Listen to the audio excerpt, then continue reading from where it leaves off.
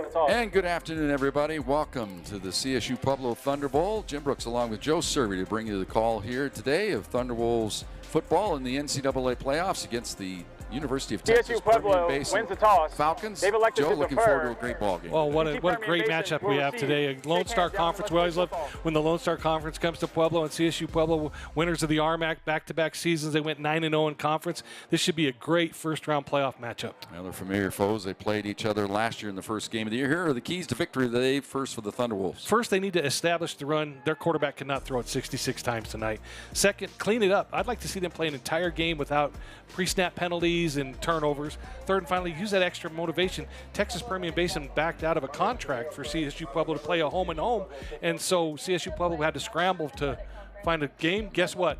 You're coming here anyway. For the Falcons, what do they have to do to win today's ball game? They cannot turn the ball over. We say that every week about road teams that come to the Thunder Bowl. Can't turn it over. Second, stay disciplined. Texas Permian Basin is a very disciplined team. They don't commit a lot of penalties. That should bode well for them in a playoff game. Third and finally, they need to rely on the experience. This is their second visit to the playoffs in the last 3 years under head coach Chris McCullough. Well, we're sort of a neutral crew today, but part of our broadcast every year we do give a bold predictions. Well, last week our CSU Pueblo's kicker struggled a little bit. Jackson Smith, I think he's going to come back and have a big day today. For my bold prediction, well, it is oil country right down there in the Permian Basin. Boom or bust. Well, the Falcons hit a dry hole today in Colorado.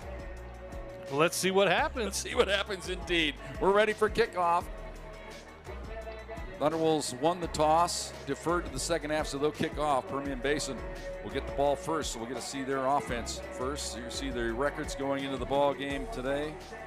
Thunderwolves 10-1. Only loss this year was to Fort Hays State. Second game of the year right here at home. By a single point. Permian Basin with a couple of losses on the season. And both were in the Lone Star Conference to teams that are playing today. Well, at least one team anyway. Yep, we're ready to go. Here's the kick. And it will sail to the 1. Chance for the return across the 5, 10. Angling across the 10-yard line, and the Thunderwolves swarm. I'm going to miss a 1 tackle, but getting forward for a short return. Not much there.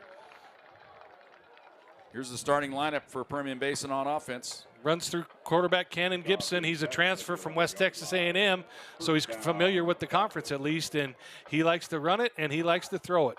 Yeah, Gibson a dual threat. He's thrown 20 touchdowns this year. He's also run for 8. Poor field position to start the ball game. They start from their own 12-yard line.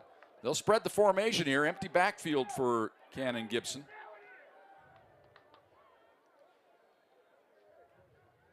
Slight delay here to get things started.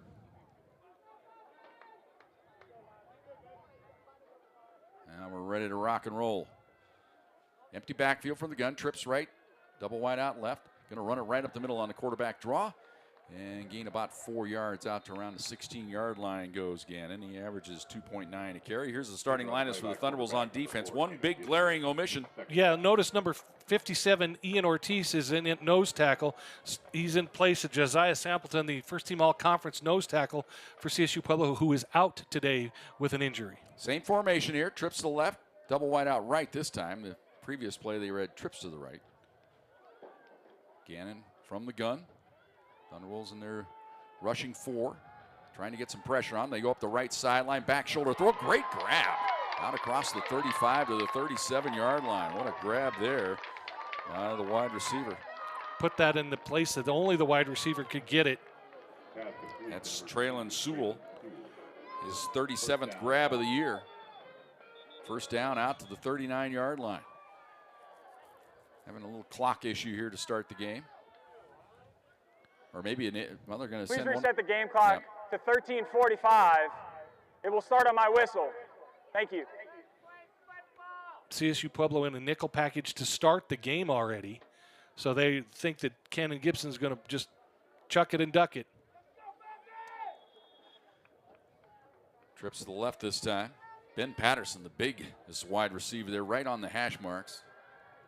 Straight drop back, looking right, pump fake right. Here comes pressure, spins out of it. Now running forward, cuts back inside across the 40. 45 slides down, then takes a shot late. but it looked like he tried to hold up there, and Jonathan Gonzalez tried to hold up, and they more or less just kind of collided while they were on the ground, so no flag comes out. I think that's the right call. Gain of 5.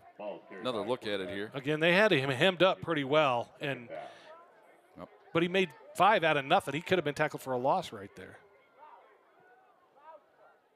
So 2nd and 5 for the Falcons from the 44-yard line. This time they go trips right. Double wide out left. Thunderwolves with 6 defensive backs. Straight drop back. Steps up over the middle. Caught. First down. Down to the Thunderwolves 45-yard line. That's a big wide receiver. We're talking about Ben Patterson, 23rd grab on the year. He averages 25 yards a catch. Just a little sit route coming across the middle, right in front of the linebacker, Bryson Torrey. So it's 1st and 10 Falcons at the 45-yard line of the pack. First possession of the game, no score. Now they'll change the play call as Gibson looks over to the sideline to get the calls. One's a decoy and one's the live shot. Just out of our shot there to our rights where the calls are coming in from. Straight drop back. Look down the middle, and it's caught. All the way down to the 20-yard line against that man, Ben Patterson. He is a huge target. Running right down the hash marks on a seam route. First down at the 20. Defensive back on that play was injured as he pulled the receiver down. And we were told that Gibson likes to take shots. He doesn't like the dink and dunk kind of passes. He likes to take shots. And so far, he's moved it smartly down the field. So early scoring opportunity, red zone opportunity here for the Falcons. 1st and 10 from the 20 of the Thunderwolves. Bring a running back into the game for the first time. That's Corey Harris. He's on the right hip of Gibson. And he fakes the handoff. He's going to roll the pocket right. Here comes late pressure, and the ball almost intercepted. Flag down, going to be interference, I think, on the Thunderwolves. I think they're going to call defensive holding. Guilty party, I think, is going to be Ben Wilson here. He wasn't happy, so it must be him. Get the call. Holding. Defense, number 10. It's a 10-yard penalty. Automatic first down. Indeed was Ben Wilson, the senior from Pearland, Texas. So it's 1st and goal. Here's another look at the play.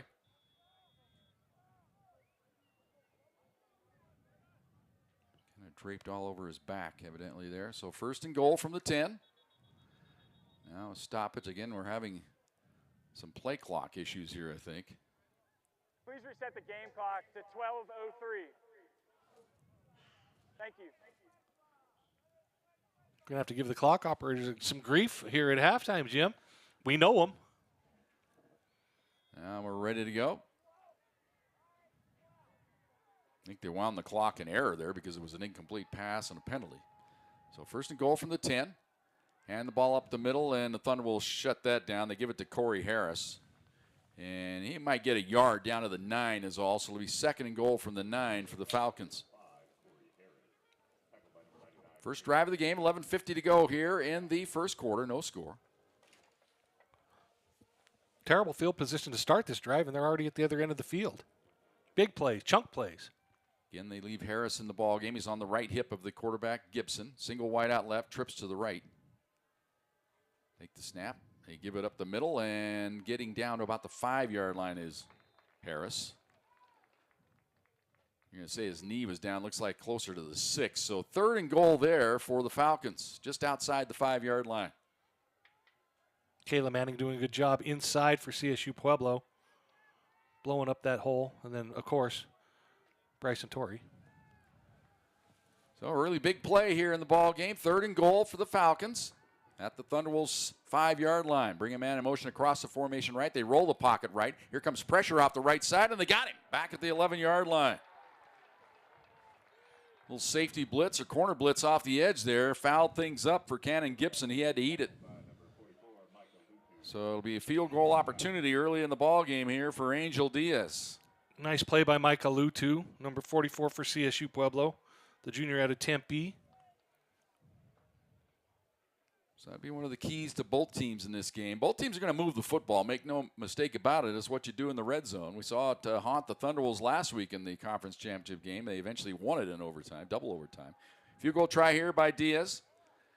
Kick is on the way, and it is right through there and good. And the clock was still rolling. Now it just stopped it. But they're having all kinds of issues with the clock down there. 10:21 to go here in the first quarter. And looks like we're going to keep it right here. So nice drive there by the Falcons, taking it pretty much the length of the field, Joe. But the Thunderwolves defense, both teams have something good to look at there. Yeah, it was a nice stop to force them to kick a field goal. But at the same time, they went 90 yards like it was nothing with chunk plays. We knew Permian Basin's offense was good.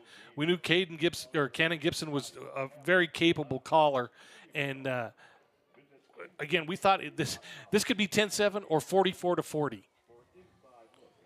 Angel Diaz, that was his 10th successful field goal of the year. He's now 10 for 16. And you take a look at some of the members of the Permian Basin bench. They're happy. Always good to get that first drive of the game, get it out of the way, and get points. Of course, you always want a touchdown, but just get something. Makes you feel good. No empty possessions. So far, Permian Basin is 1 for 1. Here's the kick. Sky kick. It's a short kick. Thunderwolves are going to elect to try to return it from 25, 30, up the sideline, 35, 40.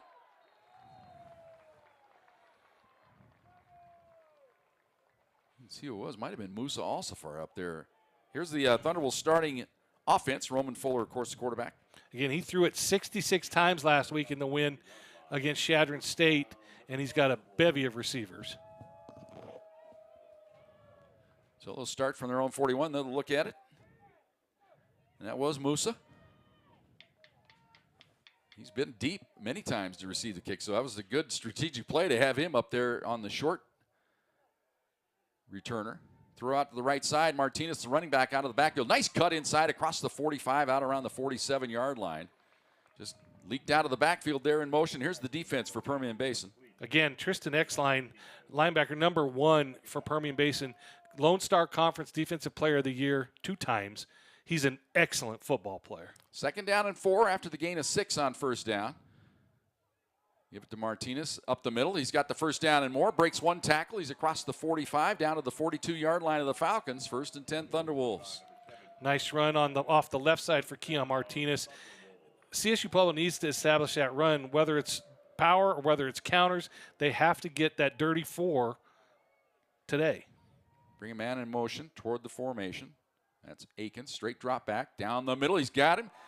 Across the 20, hurdles his way to the 18-yard line. That was Taylor Aikens. He's the man that came in motion toward the formation. He got right down the middle of the field for a big gainer. You know, TA has been a little bit quiet the last couple weeks, which is surprising because he's such a talented receiver, but that means somebody else is getting the football. But he is a very favorable target for Roman Fuller. Ball's at the 19-yard line. Martinez eventually was set up wide to the left. Now he comes back into the backfield. They hand it to him around the left side. Tries to spin forward. He gets back to the line of scrimmage, and that's about it. It'll be no gain, 2nd down and 10 for the Pack.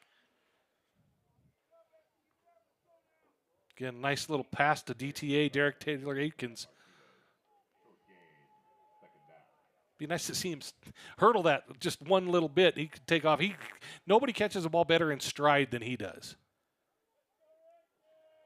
Retzlaff wide to the left, Aikens wide to the right, Rakowski's in the slot to the right. That was Dvorak, the tight end, and went in motion to the left side. Straight drop back. They look up the left side line. Here comes the pass, and he's just throwing that one away. Fuller running out of time. You can feel that clock going off. He's trying to hit the wheel route to Patton, but they had it covered up down the sideline there. You see Russell coming back to the huddle. You're exactly right, Jim. That wheel route was busted up on the far side of the field, and that was in double coverage, so it's a good thing you just threw that ball away if you're CSU Pueblo. The clock will start on the snap. Thank you. Man, they're just having all kinds of issues with the clock here in the stadium today. Not sure what's going on down there. Bunch formation to the right here. We see a wide receiver screen a lot of times out of this, but you've got Retzlaff wide to the left in single coverage. Now they're going to be press coverage up at the top. You see the cornerback coming up on Retzlaff. Straight drop back by Fuller. He looks right, fires right, and incomplete. He was trying to get it to Rakowski at the sticks. Incomplete. So the Thunderwolves will have to settle for a field goal attempt. Ball looked like it fluttered a little bit on Roman Fuller. He had a couple of guys open a little bit had he had a little bit more time. So here's the man that had the problems last week. Before last week, he had been perfect, near perfect, 14 of 15 on the year, but only 1 for 4 in last week's game. This will be a 36-yard attempt for Jackson Smith. Good snap, ball's down, kick is on the way, and it is no good. Shoved it to the right, so the kicking woes continue for the Thunderwolves. Timeout on the field, 8:20 to go here in the first quarter. This is NCAA Division II football. Timeout. That's the first of the first.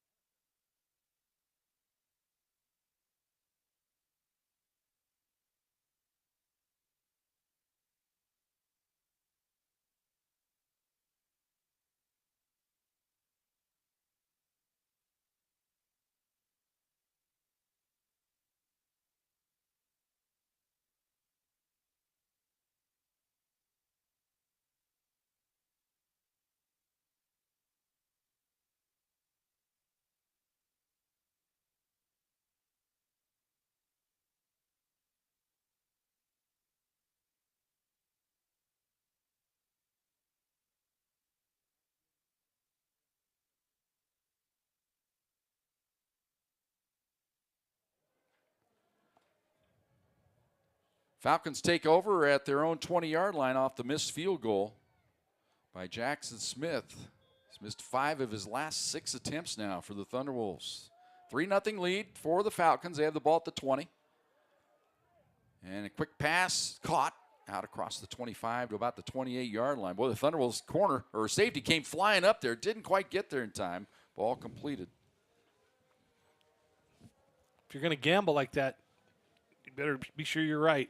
Jalen Tillman on the reception, his 16th of the year. They spread the wealth pretty good here. There's no real favorite target that stands out. They all have a number of catches. Hand the ball up the middle this time, and banging close to the first down is Harris. Looks like he's going to be about a half-yard short.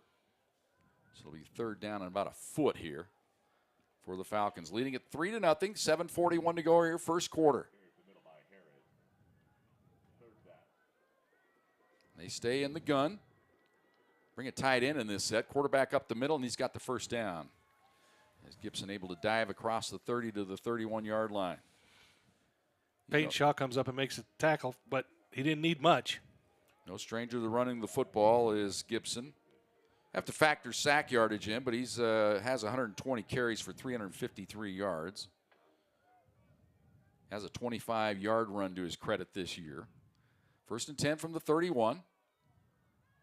Thunderwolves defensive backs, you see him jockeying along the line of scrimmage. Sometimes they come up and press coverage. Sometimes they drop out, trying to show some confusion to Gibson.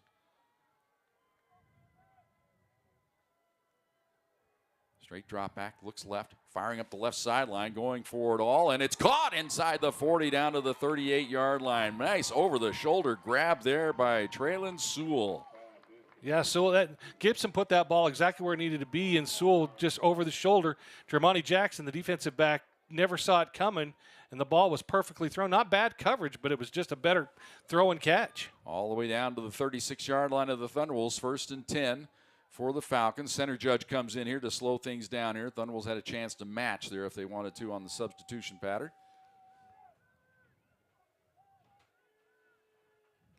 Harris on the left hip this time of Gibson. Trips to the right, single wide out left. Straight drop back, looking left, firing left. That's the running back out of the backfield. He's got good yardage inside 30, close to another first down. Looks like he'll be just short, perhaps. They're going to set it down right at the 26, so that should be enough for the first down.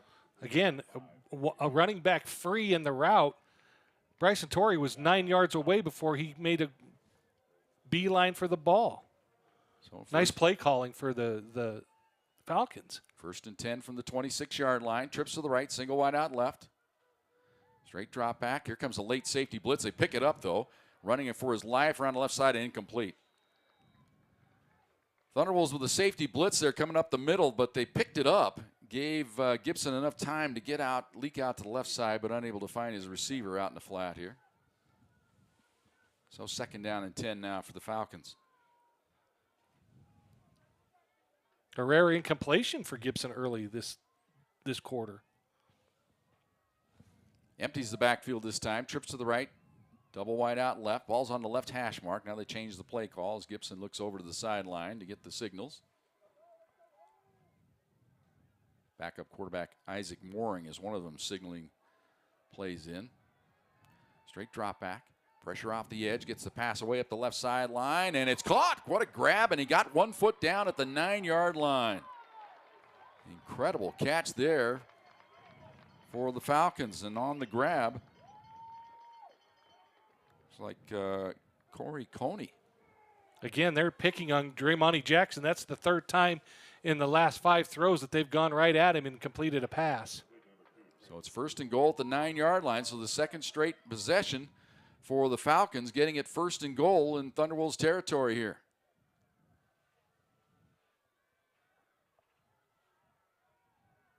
Bring a tight end in this set. He lines up on the right side of the formation. Straight drop back, pump fake left, now comes back over the middle. Wide open, touchdown. And the Falcons putting it to the Thunderwolves here early on. Again, CSU Pueblo is a step slow in coverage all the way around. Wide open across the middle.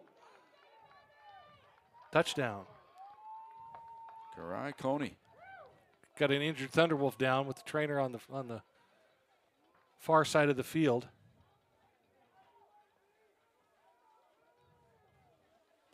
So the Falcons making it look easy here early on in the game. 2 drives, 2 scores. Held to the field goal on the first drive, and now that missed field goal looming large for the Thunderwolves early going. Looks like it's going to be the kind of game where you just got a match here at this point. We talked about a little bit about that in the pregame show. There might be a track meet out here. I wish I could get the number on who's down. You can't afford to lose many more players on defense.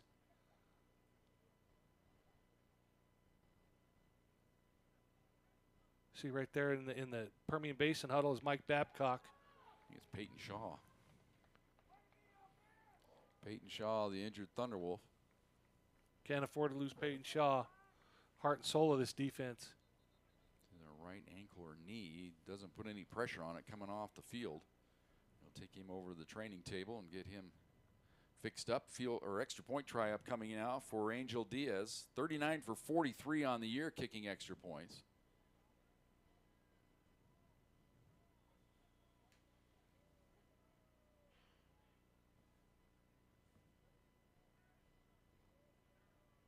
Good snap, ball's down. Kick is up, hooked it, but got it through there. Just snuck it through the left upright, and good. 10-0 Falcons. Timeout on the field. This is NCAA Division II football. Try is good.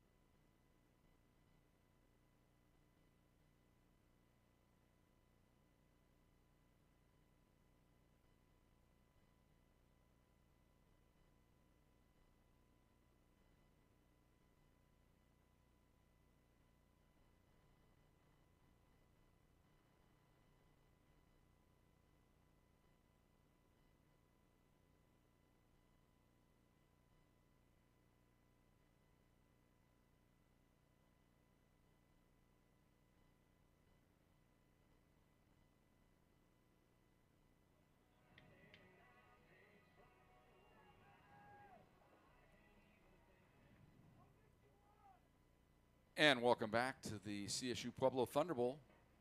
Pack behind 10-0 here as the Falcons have scored on consecutive drives here. Chris McCulloch's Falcons, 2 drives, 2 easy scores.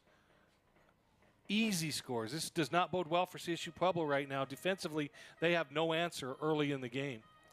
Well, the good news for the Thunderwolves, they moved it right down the field their first possession, just didn't get any points, so they're going to have to make sure they match here on this possession. Kickoff to the 10, across the 15, 20. Nice cut back, but stumbling out across the 25 to about the 27-yard line on the return. On the return for the Thunderwolves, that's Trey Jordan. So it'll be Thunderwolves ball at the 27-yard line to start this possession. Decent coverage here by the Falcons.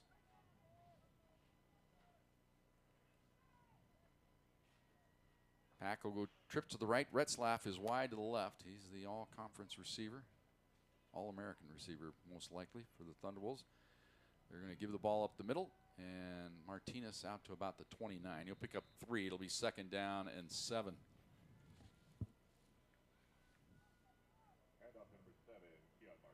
Thunderwolves with this fast break offense of Permian Basin. The offense needs to stay out on the field a little bit here at the very least.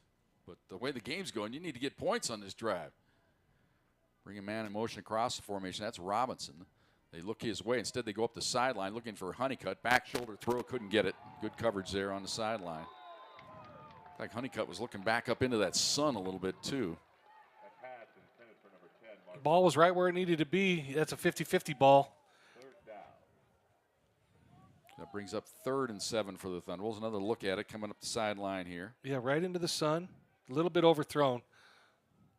It looked like Honeycutt. Or underthrown. Yeah, it looked like he kind of misjudged his leap, too, there. Jumped inside, and the ball ended up over his head toward the sideline. So trip to the right this time. Bozzi's into the ball game, the tight end. He's in the short slot there, right on the hash marks, along with Rakowski and Honeycutt wide to the right. Straight drop back. And they come over the middle, nobody there. They were trying to get it to Rakowski, and great coverage there by the Falcons. They had that all jammed up. Looked like they scouted that well. That's right where Rakowski likes to operate. Trouble with taking your shots, Jim, is if you don't hit, you have 3rd and long, and they've had 3rd and long the entire first quarter. Again, right here, that little bunch formation, he's supposed to sneak out into the middle of the field between the hash marks, and he never could get there. Yeah, that would have been close to offensive pass interference. Almost Bozzi went down and got in the way of one of the cornerbacks. But that just more or less jammed things up. Punt formation here. Regan Baker. Short kick taken at the 32-yard line. So good field position for the Falcons. They already lead the ball game 10-0 here. 4:34 to go in the first quarter. Imperative the Thunderwolves get a stop on this drive, or they might get run out of their own building here. Well, if you're a Thunderwolves fan, you're thinking to yourself, well, we got them right where we want them. Yeah, we spotted them. CSU Pueblo in the last 3 games has been down 21, 22, and 14. So trailing early is nothing new for CSU Pueblo. But this is the playoffs now, so I'm sure this is not what they had drawn up. Ball at the 32-yard line for the Falcons. Empty backfield, trips left, double wide out right here. Ball is on the right hash mark. Straight drop back, looks right, fires right, and deflected there. Good coverage by the Thunderwolves. Looks like Jackson got his hands in on it. Well, they're definitely picking on Draymond Jackson. He's been the focal point of about 6 attempts so far. This nickel package, CSU Pueblo's all defensive backfield, because Gibson is getting rid of the ball within 3 steps. It's bang, bang, bang, gone.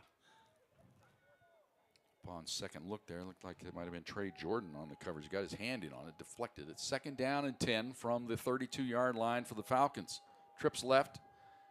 Running back goes in motion left, so they flood the zone this side. They get the completion over here, makes a cut inside, taken down out around the 39-yard line. Decent game, picks up 7. It'll bring up 3rd down and 3 here for the Falcons, just getting the man out of the backfield. That's a backup running back. That's Camden Tyler, first time we've seen him in the game today.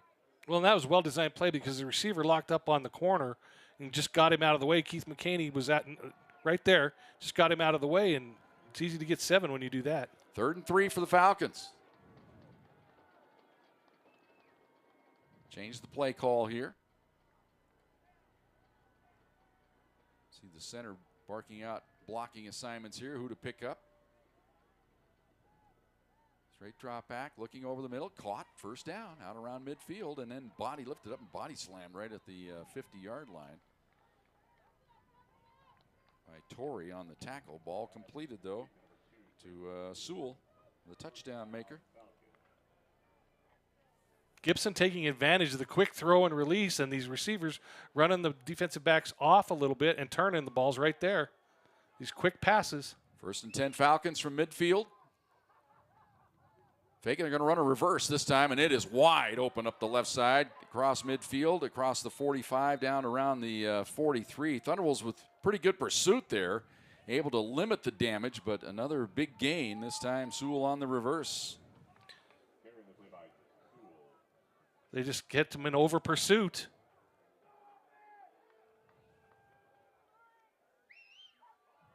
So it was a gain of 7. It'll be 2nd down and 3. 3:10 to go here, first quarter. Already 10-0. Falcons on top, driving again in Thunderwolves territory.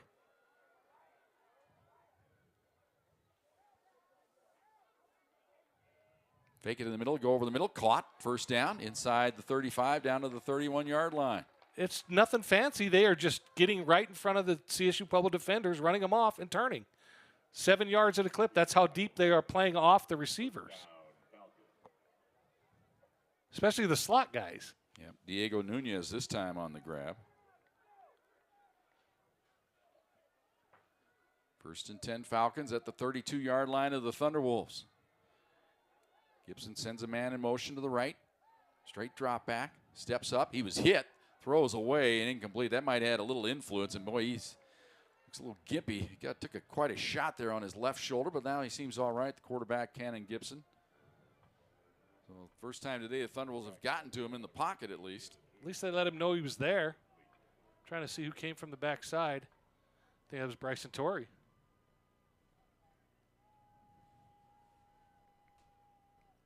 So 2nd down and 10.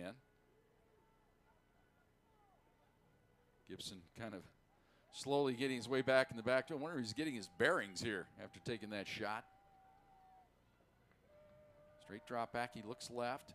Here comes pressure, he ducks under it, gets forward, now trying to cut to the outside, now backtracking, breaks a tackle, inside the 25, he's got the first down all the way down.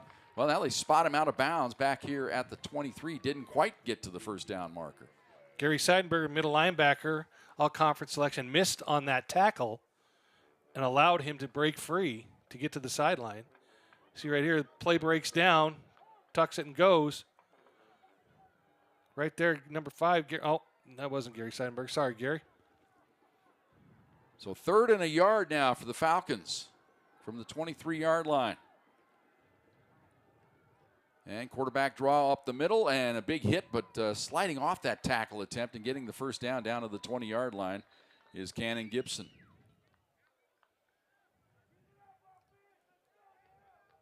Move the chains again if you're UTBB. Gibson lost his helmet on the play, so he'll have to come out of the game of play. So when you get the backup quarterback geared up here, either that or take a timeout. We'll see how. Well, Permian Basin's already got their backup quarterback in the game. So Isaac Mooring, Johnny on the spot, is out there. Another look at it, see where he lost his helmet there at the end. 1st and 10 at the 20 for Permian Basin, already leading the game 10-0. Hand the ball up the middle, and a gain of about 3 down to the 17-yard line. Minute 20 to go in the first quarter. Smart moving first quarter, all Permian Basin. Gibson back in. That didn't take long. Yeah, that carry was by Tyler, the backup running back. He's no stranger to running football. He has 48 carries on the year, scored 4 touchdowns. He comes out, though, and now the regular running back, Corey Harris, is back in. 2nd down and 7 from the 17-yard line for the Falcons. Under a minute to go here in the first quarter, 10-0. Permian Basin on top. They fake the pitch right. Here comes pressure now. Throwback screen right side, incomplete. Boy, great pressure that time by the Thunderwolves, causing all kinds of problems. Gibson did well to get rid of that one. Nice arm. Yeah, he just kind of by Cannon Gibson. He definitely does have a cannon. He rolls right and then turns and just knew it wasn't going to be there, so he just flicked it 5 yards into the sidelines. So 3rd and 7 now. maybe closer to 6. Looks like the ball is edged out almost close to the 16-yard line, so a long 6 or 7, however you want to look at it. Straight drop back. Stepping up, here comes pressure. Getting away, now trying to run up the sideline and throw into the end zone. Sliding grab. Caught. We have a cap down on the sideline, but that's not the receiver that caught the football, so it's a touchdown. Again, just missing on your pressure. Gibson gets away, rolls to his right, throws across his body to a wide open receiver. Traylon Sewell, another touchdown grab. Just got out of that pressure. And a nice sliding grab. We saw the line judge on the far side throw his cap off, but the receiver that caught the ball was not the man that caught the touchdown. That makes sense. I kind of messed that up. The guy that got the cap thrown was not the intended receiver. I got you. Extra point is good, and it's 17-0. Permian Basin drilling the Thunderwolves here on their home field early on in this ball game. Not the start you were looking for CSU Pueblo, but a glorious, magical start for UTPB. Again, watch this now. He's going to roll, he's going to spin, and then roll to his right, get free, and then throw across his body to a wide open receiver who slides and makes a great catch.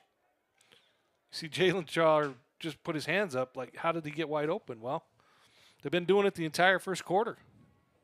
Yeah, you give a guy like that little extra time, and he's very adept at throwing the ball on the run. And pretty much easy money there. So now the Thunderwolves up against it here.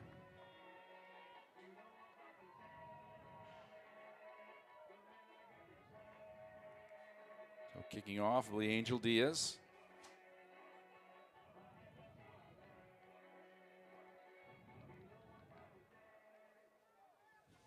He'll kick it deep this time.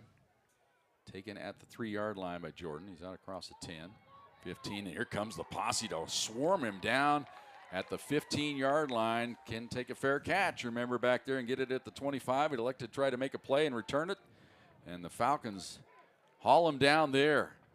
All systems go right now for Texas Permian Basin here as they're well on their way here, a quarter into this football game. Tell Chris McCullough you're going to be leading 17-0 after the first quarter. That bus ride back to Texas is going to be quite fun. So 1st and 10 Thunderwolves from the 15. Give it up the middle to Martinez. He bangs his way out across the 20 to about the, that's Patton rather, is into the ball game. Beg your pardon. Patton gets 9 out to the 24-yard line, so a gain of 9, second down and a yard. 15 seconds ago. Thunderwolves right up on the line here. They'll probably try to get another play off here, I would think. Looks like they're calming things down here. Down to 5 seconds. Yeah, now they'll just let it go, and that'll end the first quarter of play. Great quarter for the visiting team. Permian Basin, they lead it 17-0. This is NCAA Division II playoff football.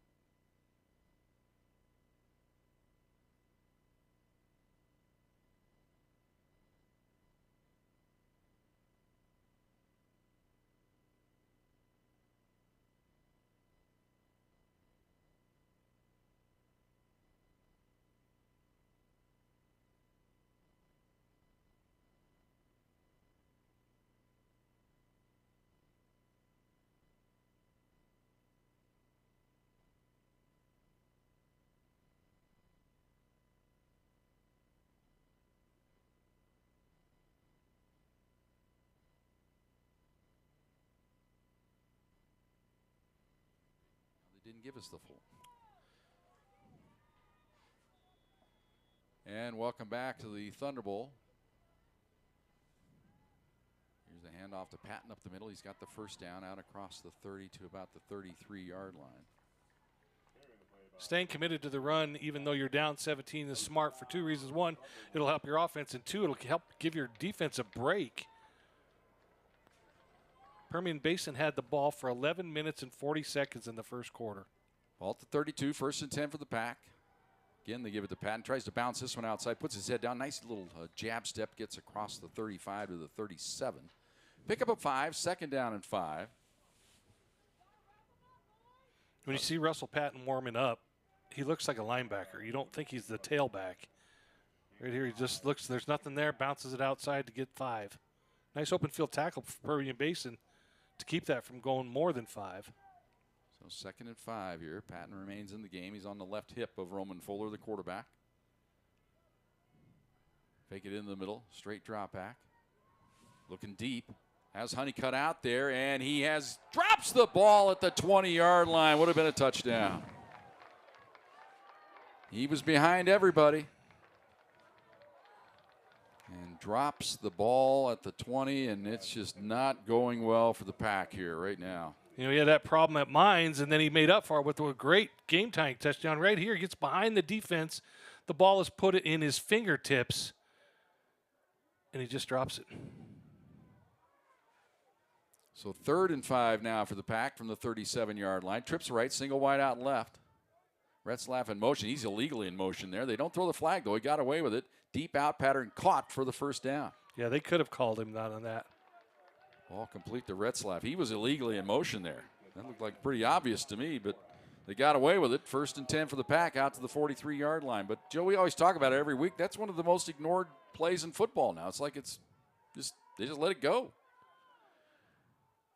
Hand off up the middle to Martinez. He bangs his way across midfield. He's close to another 1st down. And then he gets up and shoves the tackler. Got to be careful here. Well, I think he got up and was trying to get away from the tackler who threw him down like rough stock like they do in the rodeos in Texas.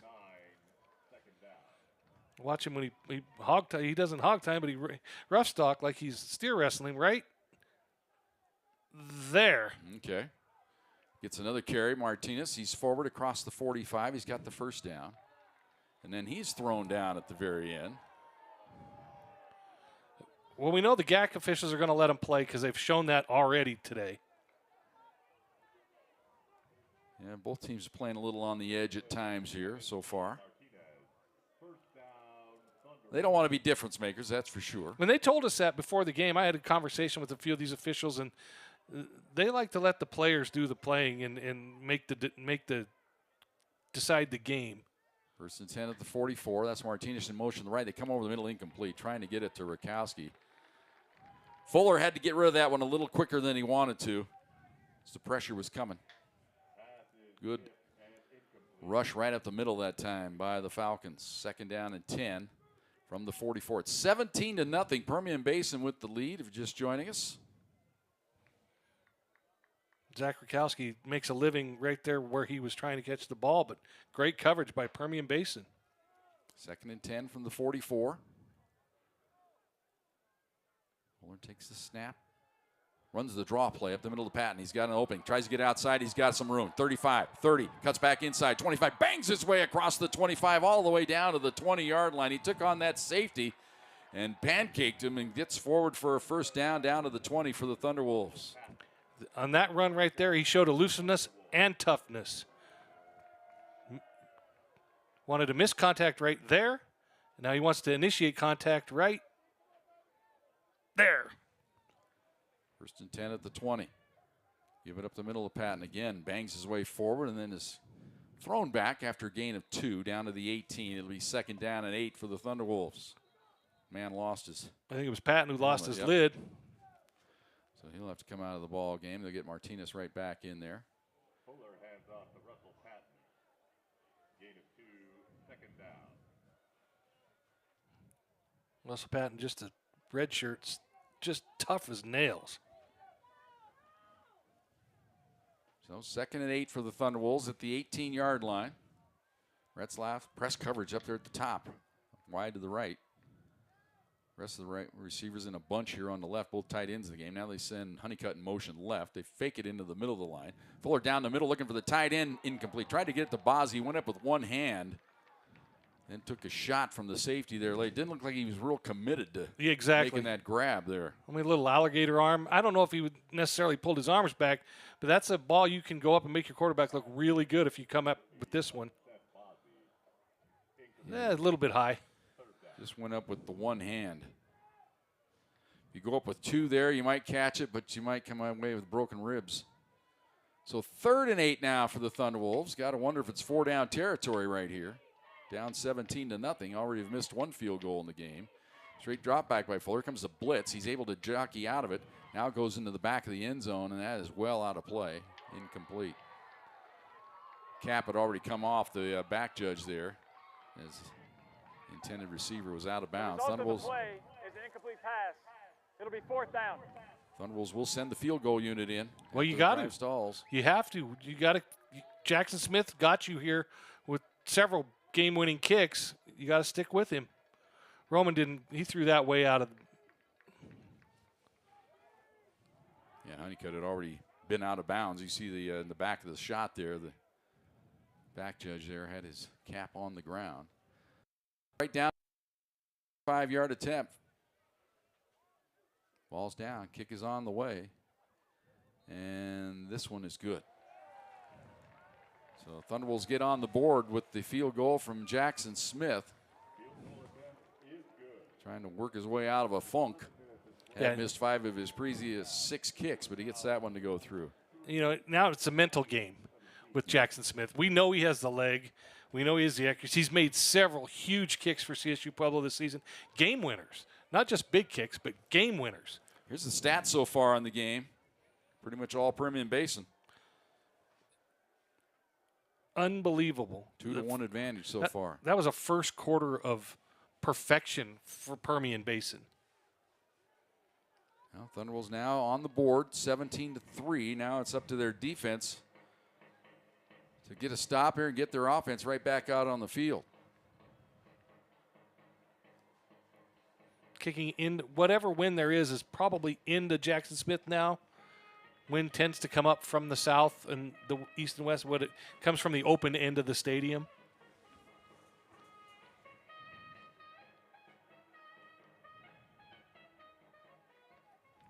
Here's the kick. Good Bangs kick. it pretty good. Yep. Tillman's going to let it hit down in the end zone, so it will come out to the 25-yard line. That's where the Falcons will start this drive. Well, we'll see if their offense is any cooler going this direction. Their first 2 touchdowns go in the opposite direction in the first quarter. 2 touchdowns and a field goal, I should say. Their 3 drives were awesome. They'll start with the ball on the left hash mark here, leading the game 17-3.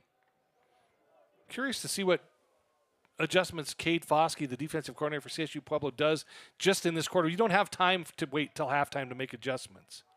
Maybe a little bit more press coverage. Trips to the right, double wide out left. Ball is on the left hash mark here for Gibson. Straight drop back. Little twist move up front by the Thunderwolves, and they're going to get close to getting home. Passes away incomplete. They got some pressure on him that time. Little stunt on the inside there by the Thunderwolves defensive line. Got him some freedom to get to Gibson.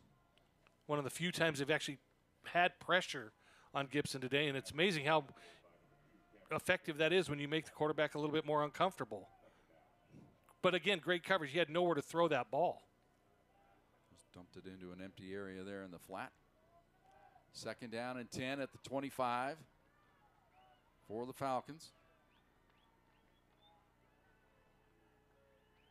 Now they'll change the play call as they look over to the sideline to get the change.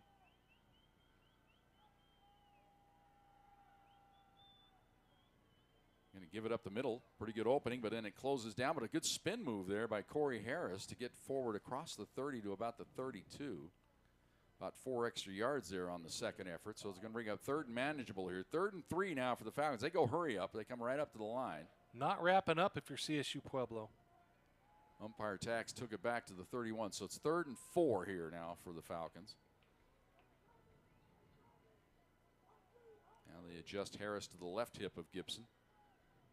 Trips right, single wide out left, straight drop back. He's looking right, little sit route, and it's broken up. Nice play there by the Thunderwolves. Good coverage. And an injury here. Oh, and a late flag come. We might have a targeting here on the Thunderwolves. I think they see the result of what happened after the play. They didn't call the targeting foul immediately, but then they would see with both players writhing around on the field in pain that they assume that it's head-to-head here, or helmet-to-helmet. And I think this is going to go against the Thunderwolves here. Those flags came in late. Yeah, I think they and were you just, never want to see that. I think they were just reacting to the injuries on the field. Now they're talking it over a little bit, though. They're trying to make sure that one of them got it right. I think one of them's trying to talk the other one out of it.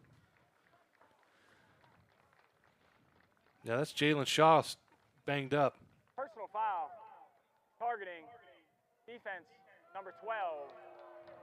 That play is under video review. Yeah, so they can go look at this and see. So we'll take a look at it as well here. Shaw comes out with an injured forearm, though. I'm not sure he hit him with the helmet. We'll see here. The man is up, and he kind of went up high, though. But his shoulder, though. If that's the only angle they have, I don't know that that's – you could see the crown of the head. You don't lead with the crown of the head right there, yeah, but he's more he or went less, to it's more or less his face mask coming in. It wasn't like he was lowered the shoulder or lowered the head or the crown of the head to hit him. I think that was a reaction flag to the two injuries. They figure, well, two guys are hurt like that. It must have been head-to-head here. I'd like to see that again here. CSU Pueblo head coach Phil Vigil. He's looking at his tablet as well, ready to protest. I think this is a little strong. This looks like just like a football play to me. See, I don't see him lowering his head or the crown. And he hit him with his arm. That's why his arms was hurt here. He hit him in the back with his right forearm. He didn't go up and hit him in the head. Well, we'll see. These things are skewed toward being against the defense, though. We see all around and all levels. But more and more, though, as this year, I'll say it this year, watching games, they are picking up this flag more and more as the season goes along. Well, we'll see what they do here. See what Michael Gervais says. He was under the tent, the white hat from the Great American Conference. After further review, there is no targeting on the play. Number 12 may remain in the ball game.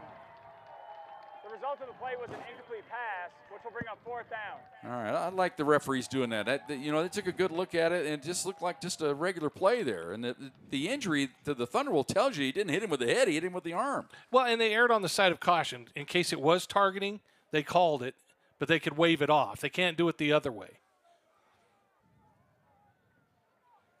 Yeah, so that's a good overrule there. Do you have a fake if you're Permian Basin to just put the nail in the coffin right now?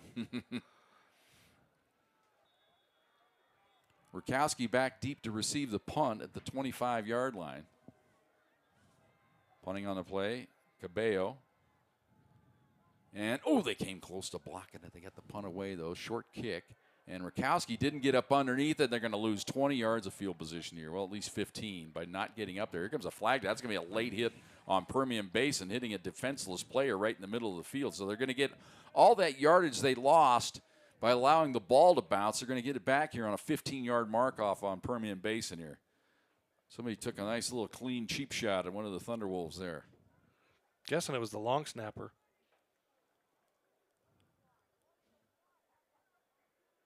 So Thunderwolves have had all kinds of issues with their punt return unit here of late. That's why Rakowski's out here today. It was Robinson. After discussion, there is no foul for holding on the play. It'll be 1st down. Okay. So wave it all off. So the Thunderwolves take over at their own 17. They should have had that ball out around the 35, though, if Rakowski does his job and gets underneath the punt, but he just never got up there. But he was so deep to start. He was probably 10 yards too deep before the kick. Their return game has been a little bit rough these last few weeks. Fuller takes a snap and hit in the backfield for a loss. A loss of 2 on the play as Martinez taken down. Big stop there. Jacob Humphrey. They call him the Jack linebacker. It's his fourth tackle for loss on the year. Also has 2 sacks on the year. It comes from the right side, untouched. So a loss of 2 back to the 15. It'll be 2nd down and 12 now for the Thunderwolves. 17-3 our score. Permian Basin with the lead. That's Dvorak in motion. Resets on the left side of the formation. Fake it into the middle. Down the right sideline. Caught by Retzlaff out across the 20. Close to the 25-yard line where forward progress was. Let's see where they're going to spot him. Well, they're not going to give him much. They're going to give him the 23. Sure looked like he got up. I thought he was at the 25 when he caught the ball. That's still manageable now. Yeah, 3rd down and about 4. Big 3rd down early in this game. Yeah, you get that stop on defense. You want to take advantage of it here. One takes the snap. Looks down the middle. Fires to the sideline instead. Incomplete. The difference so far is that when Gibson takes his shots, he's connecting, and Fuller taking his shots, and he's not. Trying to get it to Retzlaff. Ball just sails on him. A little high. So Thunderwolves to punt the ball away. Boy, they're in their fake punt formation there. Looks like they were almost trying to draw them offside there, and now they go back into their normal punt formation. They had Baker up there almost in a long shotgun for a moment. Takes the snap, gets the punt away, drives it. Fair catch signal for and taken at the 29-yard line, and that's where Permian Basin will take over here with 8:53 to go. We've got a timeout on the field. 17-3 Permian Basin. This is NCAA Division II football.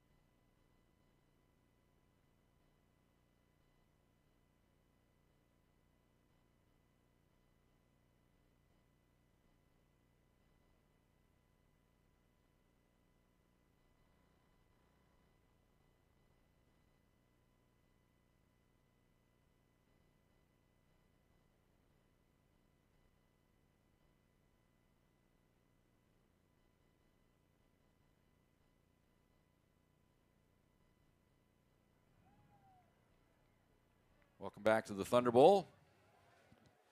Permian Basin taking over at their own 29-yard line, leading the game 17-3. Cannon from the gun has Harris on his right hip.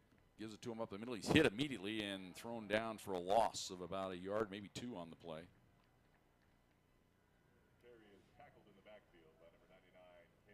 Caleb Manning got his paw on there coming from the backside, just pulls him down, breaks right through the attempted block. Giving the offensive lineman, like, man, I just missed him. Loss of a yard, 2nd and 11. Trips to the right, single wide out left.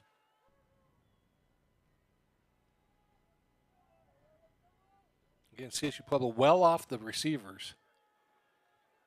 Yeah, they're changing up their coverage schemes as the play gets ready to be run, trying to confuse Gibson a little bit. Straight drop back, he looks right. Now he has to roll right, comes back down the middle, wide open, 1st down across the 40 to the 43-yard line. Just threw it up high, and Ben Patterson, he is a big guy, makes the grab. Patterson, 6'5", 6'6", rather, 220-pound senior out of Fort Worth, Texas. He is a giant target. Just threw it right over the head of Caden Rulo, the safety for CSU Pueblo. Ball out to the 43-yard line, 1st and 10 for the Falcons. They give it up the middle, and decent gain out across the 45 to about the 47. It's almost like their running game is just, take a little break. Give their receivers a little break from running wind sprints. run it up the middle. There's another great look at that grab by Patterson. That dirty 4, though, you'll take it every time in a running game. Yeah, it brings up 2nd down and 6. They look over to the sideline, get the change of play. It's like Tyler's into the game to play running back. They fake it to him. Pass is caught. What a grab there for the first down out across the 45 down to the 44-yard line. Snaring that ball. Jace Wyatt. You know, Jace Wyatt runs on the inside of Keith McCaney, who's first-team All-RMAC cornerback. Great route, great pass. Not even bad coverage, just better catch and reception or throw and reception. So it's 1st and 10 from the 44-yard line for the Falcons. 6:45 to go here in the second quarter. Falcons lead at 17-3. Back in motion to left. That's Harris. They look left. Now they come back right. Here comes pressure. Pass up the right sideline, and he makes the grab. He got a foot down at the 30-yard line. What a snag there on the sideline. These receivers are making great catches. Malik Jamison had no chance as a defensive back, and neither did Keith McCaney. That was a great catch. Watch his toe tap. Right there. That's excellent. That's Coney on the grab. 1st and 10 at the 29-yard line for the Falcons. Trips to the left, single wide out right. Gibson having a tremendous day. Fakes the pitch right now. He'll run it back to the right side. Fake the pitch left, I should say. Now runs back right. Gets a couple on the play. Just tries to get the defense flowing to the opposite side. Then he, like a counter play without handing the ball off. Counter pitch, I guess you could call it. Fake pitch. Stephen Nagby stayed home, as did Michael Lutu. See, they set the edge right there. They stayed home, so he couldn't bounce it outside. So gain of 2, 2nd and 8 from the 27-yard line. 17-3, Falcons on top, looking for more here.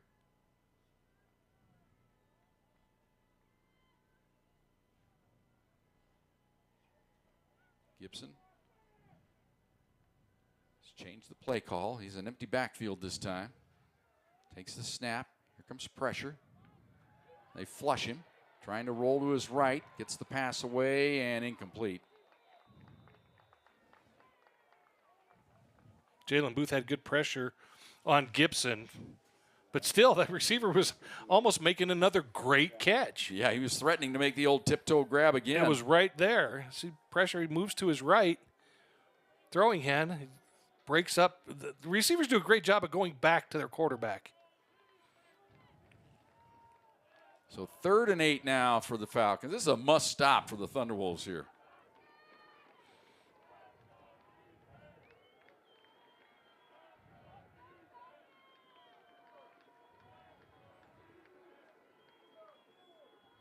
Straight drop back. Steps up in the pocket. Avoids pressure. Gets forward. He's got the first down. Inside the 20 all the way down to the 15-yard line. Gibson. Thunderwolves lost contain there, and he just went right up the middle. Gets the first down. That's that threat that a running quarterback gives you, able to just break it down. There's nobody in the middle. No spy, nothing. Gibson is more than efficient. You know, everybody said he was a good, effective quarterback. He's a very good quarterback. So it's 1st and 10 from the 15-yard line now for the Falcons, already leading the game 17-3. Yep. Quarterback draw. Did it again. Same play. Inside the 10 down to about the 9, maybe the 8-yard line this time. Alafacio on the stop with some help from his friends there for the Thunderwolves, but not before a good gain. Gain of 6. It'll be 2nd down and 4.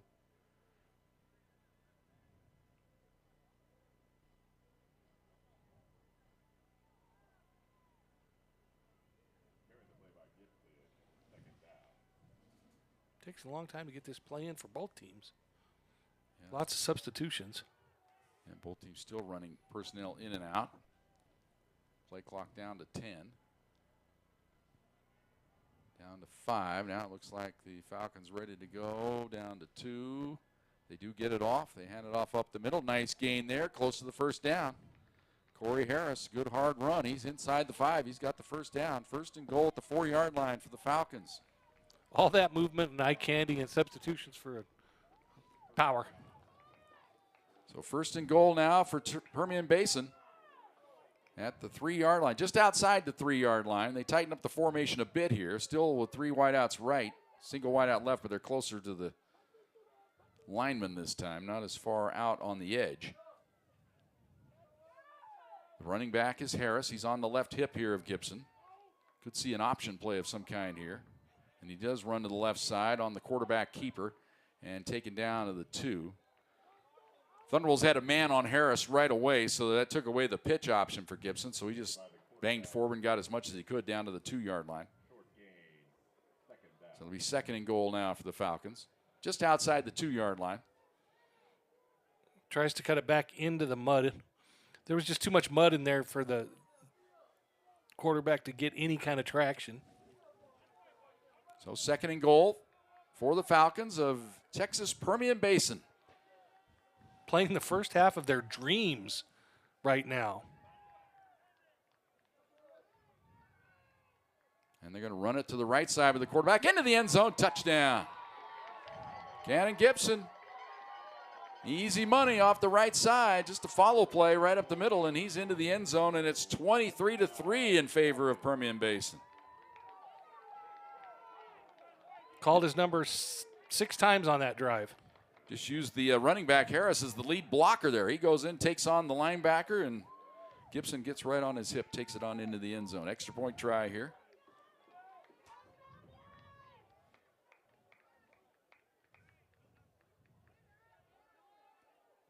Ball is blocked. Thunderwolves got some penetration there, so they blocked the extra point with 2:20 to go here in the first half. 23-3, Permian Basin on top. Well, I guess the only good news now for the Thunderwolves, they have a chance for the old daily double here. They can take this ball down, maybe get some points going into the locker room, get the ball first to start the second half, get some points coming out, but that might be a reach the way this game's going. I think you got to do one thing at a time, and a score before halftime is imperative. Well, they were able to get one last week. Remember, against, the last couple weeks. Yeah, it's not unheard of. In fact, it's their MO is get down big, score right before half, and then get yourself back into the game.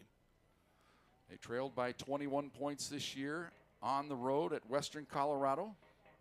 They trailed by 22 on the road against Mines. At Mines. And last week, we're down 14-3 on their home field against Chadron State before getting a touchdown late in the first half. Getting the lead back, Chadron tied it, sent it into overtime. Thunderwolves won it in double overtime. Also won the game against Mines, as Joe mentioned, after being down by 22 in the first half. Got a late touchdown. Sent that game into overtime and won it. Here's the kick.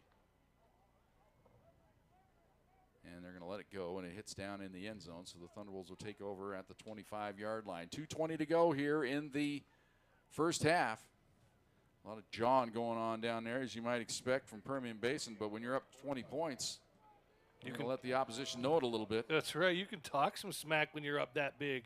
Tyreek Curley with the jaw flapping there out of Marysville, Washington. So Thunderwolves take over. 1st and 10 from their own 25-yard line, trailing it 23-3. Retzlaff wide to the right. Murkowski in the slot to the left. Along with Akins. They hand the ball up the middle, now trying to bounce it outside as Martinez now cuts back inside. He gets forward for about 5 up to the 30-yard line. It'll be 2nd down and 5. That might take us down to the 2-minute warning here. Thunderwolves come right up on the line of scrimmage. They're going to try to get a play off here. Got 5 seconds to get it done. Fuller looks it over now. He says, let's just calm it down and take it down to the 2-minute warning, and that is what they do. But we got a timeout on the field.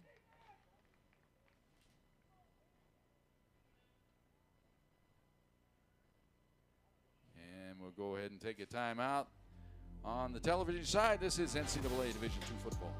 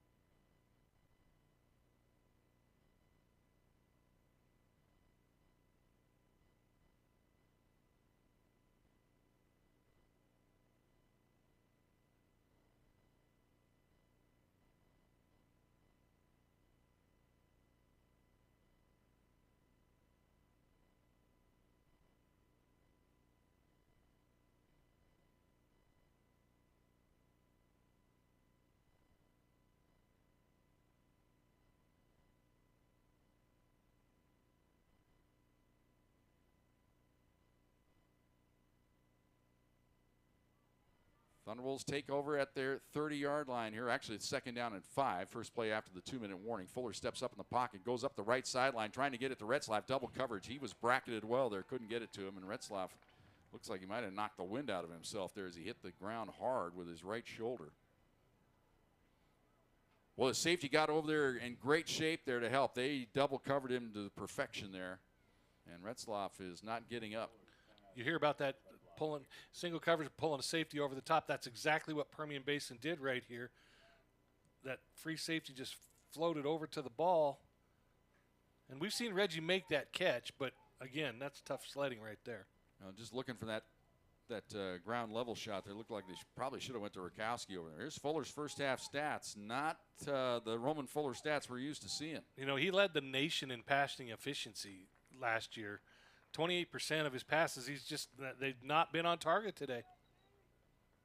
But he also had a couple of drops, and the Honeycutt drop would have gone for a touchdown. So now it's 3rd and 5 for the Thunderwolves. So now they got to worry about not getting the first down and giving the hot offense a chance to really put this game away. 3rd and 5.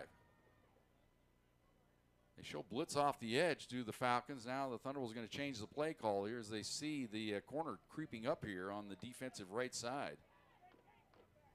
Now they back out of it a little bit. Pressure off the other side. They go to Rakowski. He's close to the first down. He's got it.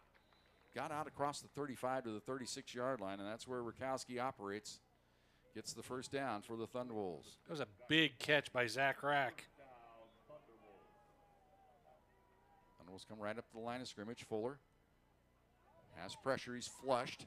Gets the pass down the middle. Incomplete. He was trying to get it to Dvorak. Pass was high, but Fuller was under heavy pressure there. Took a shot right at the end of the play. His internal clock ran just a couple seconds too long that time. Pressure coming from his backside. So he slides to his left. Right there, he had to let it go. Pass on target there. Dvorak probably puts it away there. He had the inside position. 2nd and 10. They're going to run the ball here. They go up the middle and gain about 4 yards is all. This makes his 3rd down a little bit more manageable. Clock rolls down to 1:25 and running. Oh, I thought Permian Basin might call a timeout. Is that a flag that comes in late? I see something laying on the ground there. Looks like maybe it's just a mouth guard or something. Thunderwolves do take a timeout here. Yeah, it was just a piece of equipment that was down on the field there. Another look at it, they just lift him up. They're strong on the inside, that's for sure. So Thunderwolves just running the ball there to make this 3rd down a little bit more manageable here. We're down to 1:24 to go here in the first half. See the flag there, Old Glory in the distance, just out of our shot now, but the wind very manageable here today. Not a bad day to play football at all here today in southern Colorado. Weather comes in tomorrow, expecting rain and high in the mid to upper 40s. Not going to be a very nice day around here, but today the exact opposite. So are you saying to enjoy it while we can? Exactly. I think it's we're going to about be ready to get hit with the change here. It has been a balmy fall. Haven't even had a hint of a snowstorm November's yet. been outstandingly warm.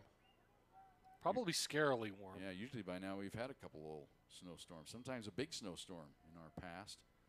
Rakowski in motion toward the formation. Now reverses to the right side here on 3rd and 6. They're coming. Great drop back by Fuller. Steps up. He's going up the left sideline trying to find Robinson, and he has That not has got to it. be a flag. Wow. Robinson unable to haul it in there. Looked like he was tackled as the ball was not there yet. I want to see this again, especially from that level. Watch this. That pass intended for number 13, Reese Robinson, is incomplete. 4th down.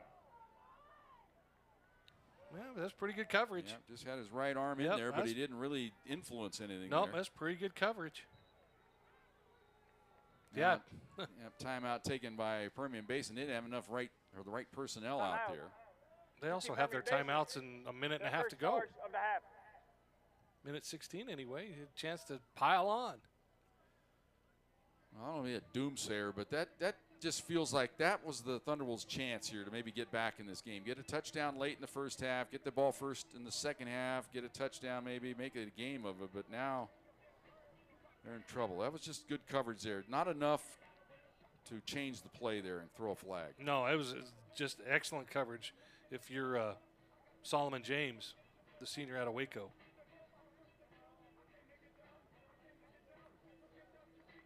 This is, if you're a CSU Pueblo fan, you did not see this coming. You work really hard to go 9-0 in the RMAC. You get that home game. You get that 3 seed. You were 4 seed in the region all the way up to the final region rankings, and you're 3. And all of a sudden things start looking your way. And then Permian Basin comes in and plays the first quarter of their dreams. Yeah. And you give him credit. I mean, Chris McCullough had his team ready to play from the jump. And that missed field goal right at the start of the game, it didn't help any. He could have tied the game at 3, could have settled things down, but then you miss that, give up the touchdown the other way, then you're just up against it the entire rest of the first half, and they've just continued to dig the hole deeper here. Here's the kick by Baker. Fair catch signal for and taken and fumbled, but picked up, and then the Thunderwolves get on him, but flag is down back here at the 35-yard line, but that's interesting. Once you call a fair catch and drop it on the ground and then pick it up, aren't you allowed to be tackled?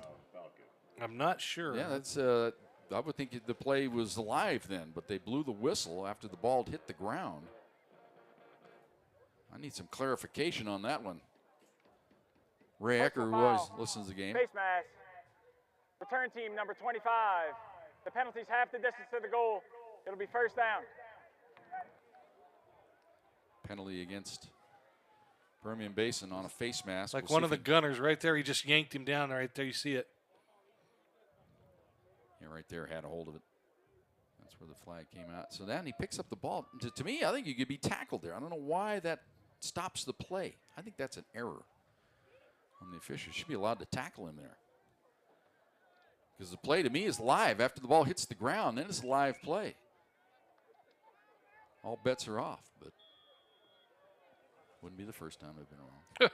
First and 10 at the 8-yard line for the Falcons. They're going to run the ball here. Get a couple. Phil Vigil calls a quick timeout. Trying to milk every play you can out of this final minute. CSU Pueblo, their second charge of the half. Problem is they've used one of them, so they only have one left here. So Permian Basin probably is going to run the ball 2 more times. That'll take it down to around, once the second timeout stay, probably 10 seconds is all they're going to have. But Thunderwolves maybe hope for a return or a block. Return or a block punt, something like that. They've done both this year. They've blocked punts for scores, and they've returned punts. I mean, you got to try everything now. It's the playoffs. You're down 20 at half. The one thing we will say, though, for those who are just watching CSU Pueblo for the first time, is this is nothing new for them, especially this season. They have played from behind all season long, and now will it finally catch up to them today? Sure feels like it, but it wouldn't. It's not beyond the realm of capability. Yeah, the energy level is just not there. I mean, you wonder if you emptied your tank. 3 just incredible games in a row that you had to win the conference, and they're just lackluster here today. That's for sure. Now, their opponent has something to do with that because they're operating at high efficiency. Second down and 9. They do empty the backfield. We might see a quarterback run, and that's what we will do here, right up the middle. So Cannon Gibson, as we've mentioned, he's a very elite runner at the quarterback position. Thunderwolves take their last time out. Time out. CSU Pueblo, their final of the first half. Cannon Gibson's confidence right now has to be at an all-time high. He feels like he can do anything right here. Just this was a strict quarterback draw. Just make CSU Pueblo burn its final timeout.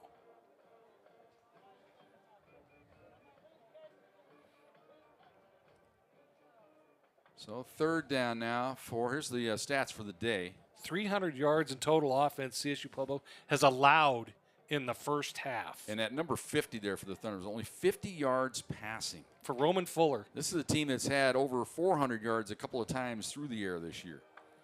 And again, they still may. Yeah, they might have to. They still may. Might have to win the game.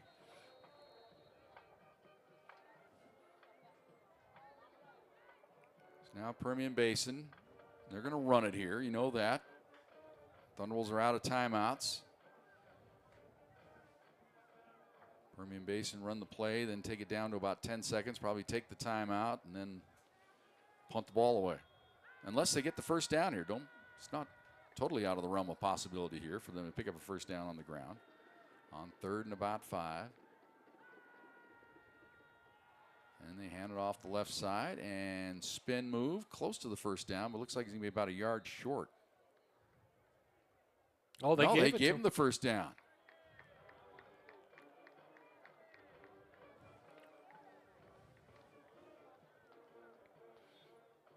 Here's the run around the left side. Man, did he get there? Nice pulling guard. Well, that little spin move got him forward. Fell forward. So now Permian Basin can think about, do we want to push the envelope? I don't think so. You don't want to risk a turnover. You could only screw things up here right now. They'll spread it a little bit. Probably run it again. Up the middle. Out around 25. 20 seconds ago. Now they can just eat it here and go on into the locker room. I think that's what they'll do. Looks like that's what the offensive lineman wanted. Yep, everybody's starting to trickle toward the locker room, and that's what they will do. What a first half of play here for the Falcons of University of Texas at Permian Basin. They've come up here from Midland, Texas. They're putting it to the Thunderwolves here at halftime. Our halftime score, that's the end of the first half. 23-3 in favor of the Falcons. This is NCAA Division II football.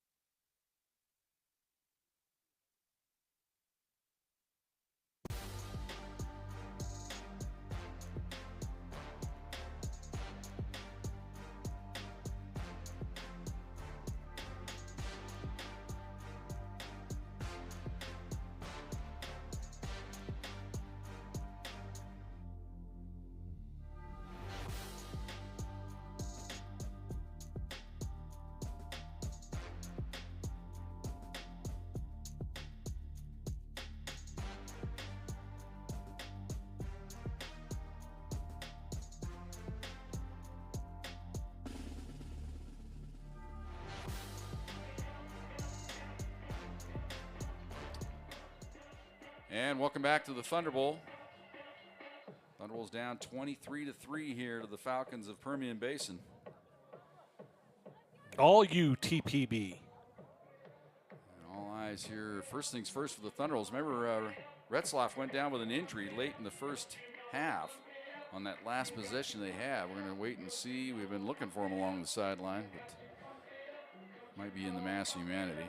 Well, and they're wearing the red on red, which means the blue numbers, and you can't really see them, especially as the sun is setting in our eyes.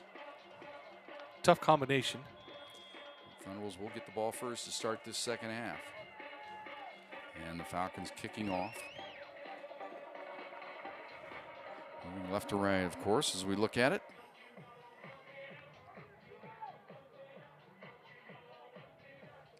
Officials giving the ready to go signal, and we're ready. Here's the kickoff, and it's one of those sky kicks again. Alcifer going to take it at the 18, fumbles it, picks it up, gets across the 20, spin move, and about to the 22-yard line. A little bit better sky kick that time by Permian Basin. Didn't help that Alcifer fumbled it right away. It probably cost him 5 or 6 yards on the return, maybe more. Well, and it right into the sun. Yeah. He looked. When he raised his head to catch the ball, he looked right into the sun. So Thunder will start this drive from their own 22-yard line. Retzlaff is in the game. He splits wide to the right. Akins and Rakowski to the left side here. Dvorsky, the tight end, is on the left side of the formation. Running back is Martinez. And they'll give it to Keon up the middle. And gets across the 25 to about the 26. Now the pile continues to push. The rugby falls forward nicely out to around the 29-yard line. Good, powerful run there on first down for the Thunderwolves. Just a nice little tough run. It shows a little bit of fight in you. Down 20. Gain of 7, second down and 3. To say this is a must-score drive, maybe the understatement of the year here, but the Pack got to get something going here. This time Rakowski joins Retzlaff wide to the right. They hand it to Martinez. Nothing going there. Now reverses field. He's close to the first down with the second effort. Lunged forward right to the sticks. They've already said move him. Yep, they moved him. Again, he made nothing out of something, or something out of nothing right there, because he was dead to rights. First down, Thunderwolves. So the ball at the 32-yard line, 1st and 10 for the Pack. Trips to the right this time. Straight drop back by Fuller. Has time, but it breaks down, but he gets the pass away to Dvorak. He's out around the 35. A short game, maybe 3 on the play, but they'll take it because Fuller was just about to get taken down in the backfield. The safety valve there. Again, his play clock, his personal play clock is, I think it's a half-second slow today. That ball needed to be gone way before then. Gain of 3, second down and 7. Especially if you're trying to throw a guy open, give him a chance to run a route, but that was for 3 yards. 2 wideouts each side this time, and then joining him is Patton as he goes in motion to the right side. Out pattern, caught. Rakowski spins to the 40. He'll be a couple yards short of the first down. Well, these safeties and cornerbacks, very sure tacklers for Permian Basin. That's one of the strengths of their ball club. And they close quickly. They can play off the ball just a little bit, and they close quickly. Right there in the press coverage, he runs them off and then gets in the open space, just a little out route. So 3rd and 2 here for the Thunderwolves from their own 40. Expect a run to Patton here. They bring Dvorak in motion. He resets on the left side of the formation. They give it to Patton up the middle, puts his head down, and he's short right now. He's going to be about a yard short, so the Thunderwolves probably going to have to go for it here. They come in with the spot. Looks like it's about a half yard short. Yeah, this is 4 down territory, down 20. Play is 4th down.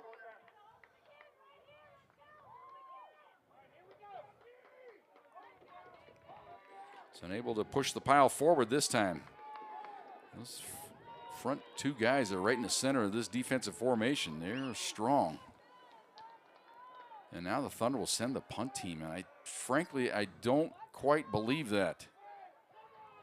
Could be running the fake here. Let's see. They go up under center with the tight, and they get him to jump offside.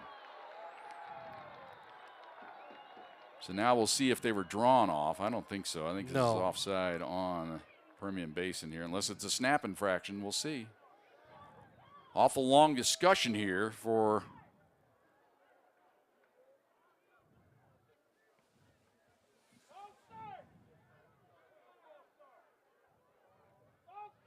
still haven't decided. This leads me to believe it's going to be against the offense here. If we've had this long a talk, if it was cut and dried, it'd be offside all the way here. But now they're talking this over. It might be a snap infraction on the Thunderwolves.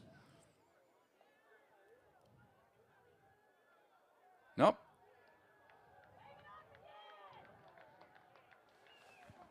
This is way too long for an offsides. Probably getting a number, maybe. Offside. Defense. Number 11. It's a 5-yard penalty.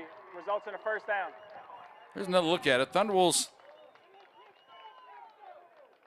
Yeah, he was leaning. You know what? His own guy pushed him over. Yeah, he was leaning. That's why he was upset. Yeah. He was trying to get that jump, and somebody grabbed his shoulder and forced him over the line of scrimmage. Yeah, there was no movement on the Thunderwolves there. So a new set of downs for the Pack. They run the sweep around the left side. Martinez going nowhere and taken down for a 3-yard loss back at the 44-yard line. That's great defense by Corral Coney. He just ran with him all the way to the sideline. So it'll be 2nd down and 13 now for the Pack back at their own 44. Just never got to the edge here.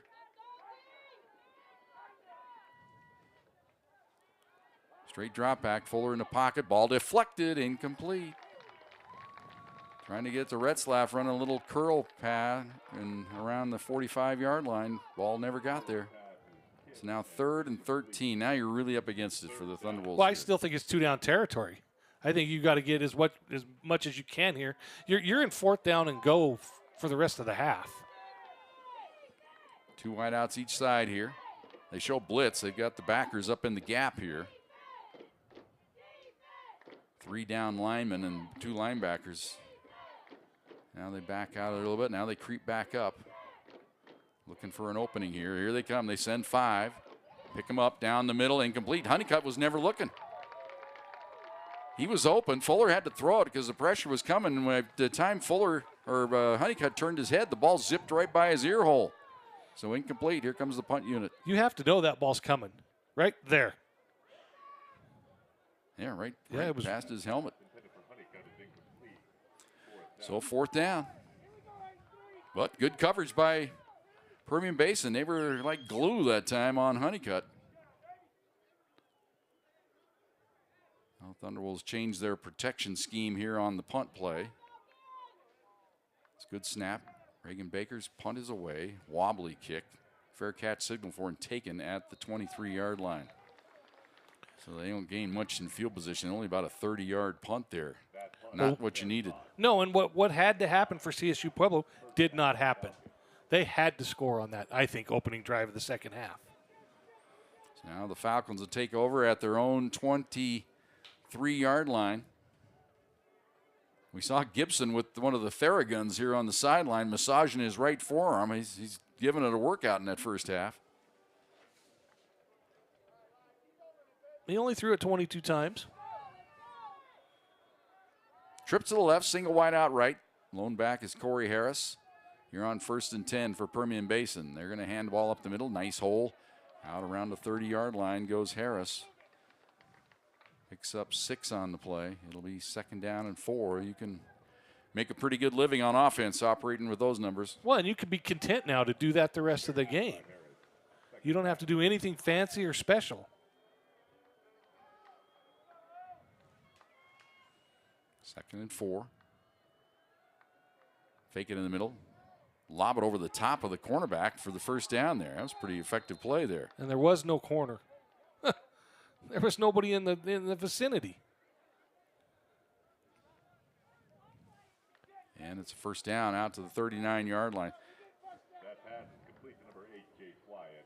There was nobody within 10 yards of him. Looked like the man that was lined up over the top of him was actually trying to contain. He kind of moved toward the inside, and they lofted the ball right over the top of him. And the ball up the middle. Good stick there, but not before he's into the secondary for about 4. Nice tackle by Caden Rulo. Corey Harris, the ball carrier. Say his knee was down back here at the 42. And that was Malik Jamison on the tackle on my mistake. So 2nd down and 7 now for the Falcons. They lead the ball game 23-3. We're down to 9:45 to go here in the 3rd quarter.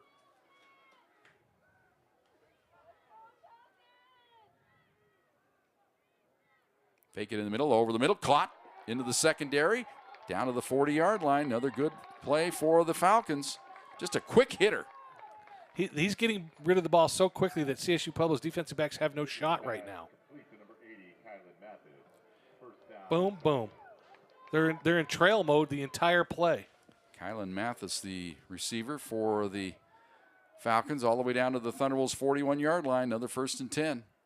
Fake it in the middle. Now they sling it over the middle again. Same play. First down again. Inside the 30, down to about the 28-yard line. They're just picking the Thunderwolves apart here. Yeah, this young secondary is just getting blistered. Sidearm. Again, that was Malik Jamison. Now they'll change the play call. You like what these receivers do. As soon as they catch the ball, they make a quick move. They just don't stand there. They get it, and they go against the grain. And it allows them to break that initial tackle and get extra yardage. 1st and 10 at the 28-yard line for the Falcons. Straight drop back. Gets rid of it right away up the right sideline. That's going to be a touchdown. Oh, Keith McCaney, an all-conference cornerback for CSU Pueblo, thought he was going to have help and didn't. Jalen Tillman got right by him up the sideline, and the Falcons have scored again. What a delivery. What a play. That was a nice little route by Jalen Tillman. He didn't have to do anything, just ran a go route. I'm impressed with Cannon Gibson, though. He's running the offense like it needs to be run. Extra point try upcoming here for Diaz. Ball's down, kick is up. Low kick, but he got it through there. 8:29 to go here in the 3rd quarter. It is 30-3. This is NCAA Division II football. Timeout.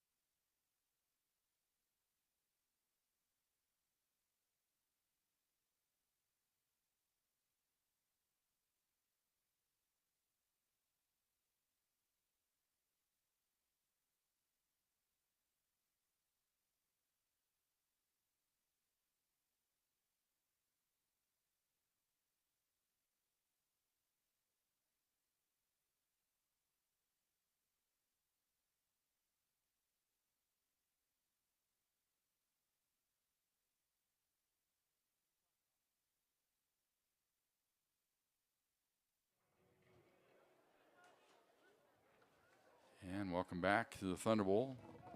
Packed down 30-3. Joe, your thoughts? No, we were just talking off mic. There's no juice. Yeah. There's no juice, and I don't know where that stems from. This is the playoffs. You take this step, and anything can happen after this first round, and there's just no juice today with this team. Here's the kick into the end zone. And no, you can't run it out. Why? And they do, out across the 5, 10, 15, maybe got to the 20. They're lucky to get that far, but you cost your team 5 yards and almost forced a disaster there. It's almost like you said, you know what, we're going to run this back no matter what. But if you're going to run it back, you got to be deep enough to run it back. So Thunderwolves take over at the 20-yard line, down 30-3. You know, our buddy and former head coach, John Riston, he's a big body language guy. And the body language right now for CSU Pueblo is not good. That's Bozzi in motion, resets on the right side of the formation. Thunderwolves try to run the ball to Martinez off the right side, and they gain about 4. It'll be 2nd down and 6. Quick note, I heard from Ray Ecker at halftime. He did tell us on that fair catch, even though the ball hit the ground, the receiver has more or less given himself up. So even though he dropped the ball and then picked it up immediately, he has the right not to be tackled. Straight drop back by Fuller. Here comes pressure up the middle. They snow him under back at the 11-yard line. That's the first time they've gotten home on the sack. Right up the middle that time. And if you're Permian Basin, don't you pin your ears back now? Yeah, right. You just go. Yeah. You don't have to worry about anything. You're up 26 points or 27 points. You just go.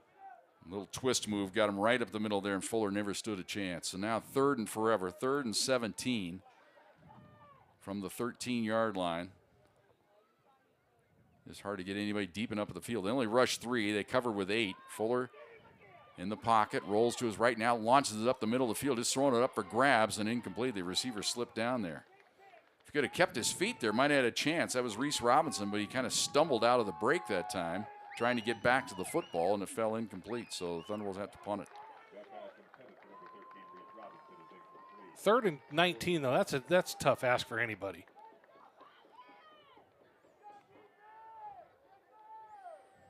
You see Robinson, if he doesn't slip down there, he might have had a chance to get back to that. Here's the punt. Oh, they almost came close to blocking that. Punt taken at the 46-yard line. Great field position for the Falcons, leading the ball game 30-3.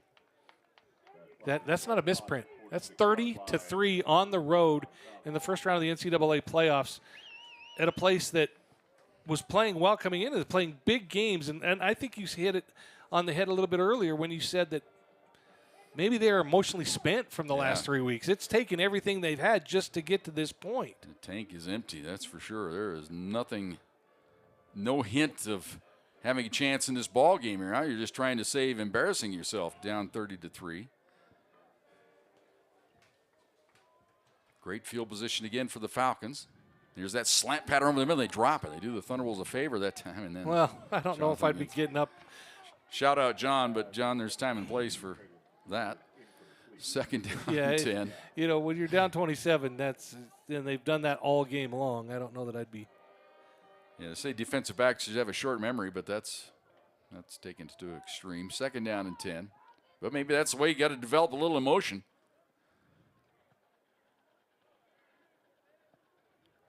Straight drop back. Here comes a late blitz over the middle, and it is dropped. Thrown a little bit behind the intended receiver that time. Trying to get the ball to T.J. McKenzie. Caden Rulo on coverage. You know, he's a hard-hitting safety, and when he's in coverage, it's tough. But in run support and when he comes up to hit, that's somebody you don't want to be hit by. T.J. McKenzie out of Muskegon, Michigan, home of one of the most famous, at that time, Indians, but the Thunderwolf history, basketball player Cal Tatum from Muskegon. 3rd down and 10. Straight drop back in the pocket. Pressure off the edge, and they got him.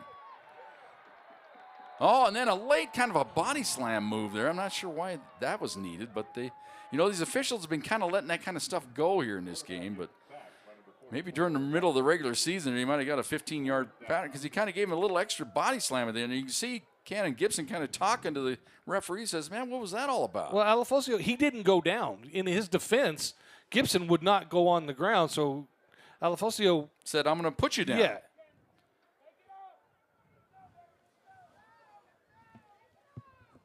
Well, he lifted him up and then threw him down. He was down. Well, that could have easily been a penalty. Thunderwolves should feel very fortunate there. 4th down. So defense comes up with a stop. Flag is down, delay a game here on Permian Basin. Delay of game. Kicking team, number 39. It's a 5-yard penalty. Replay, 4th down. So ball back to the 35-yard line. Is that Rakowski back? Stands at his own 25. Remember, he didn't get up underneath the first punt. Cost his team about 15 yards. They try to block it. They don't get there. Rakowski will take this one at the 26. He's going to return it. Nice move. 30, 35, 40. Cuts back inside out to the 45-yard line. Fearless. So Rakowski trying to light a fire under his ball club. Made the decision right away and knifed between 2 defenders. Got good return for the Pack all the way out to their own 45-yard line. I think this is like the 47th game Zach Rakowski's played for the Thunderwolves. Well, it got to be comical for the Thunderwolves during this stretch, talking about their biggest comeback in history. came back from 21 down to beat Western Colorado. The next week they came from 22 down to set a new record. Well, if they come back and win this game, they would set another record. Here's a handoff up the middle, and they're going to lose a yard. I think that the offense has become predictable now. It's the same run plays. It's the same design. No variation. And Permian Basin with a 27-point lead doesn't have to worry about anything. They just hit whatever moves. So 2nd down and 11 for the Pack from the 44-yard line. It's Dvorak in motion to the left side. Fuller in the pocket. Slings it left side. Caught by Dvorak. Little spin move. He gets to the 50-yard line. Picks up 6. Makes it 3rd and manageable here. 3rd and 5 for the Thunderwolves. Time 5:20 to go here. 3rd quarter. 30-3. Permian Basin on top.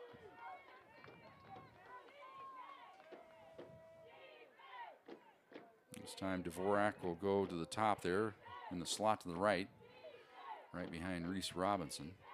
Retzlaff is the left. Press coverage right down to the bottom of your screen there. Straight drop back by Fuller.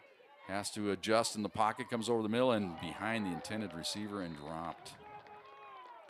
Yeah, Reggie normally makes that play, and the ball was behind him, but you got to make that catch. Thunderbolts got to go for it. I think you're 4th down and 5 from midfield. Yes.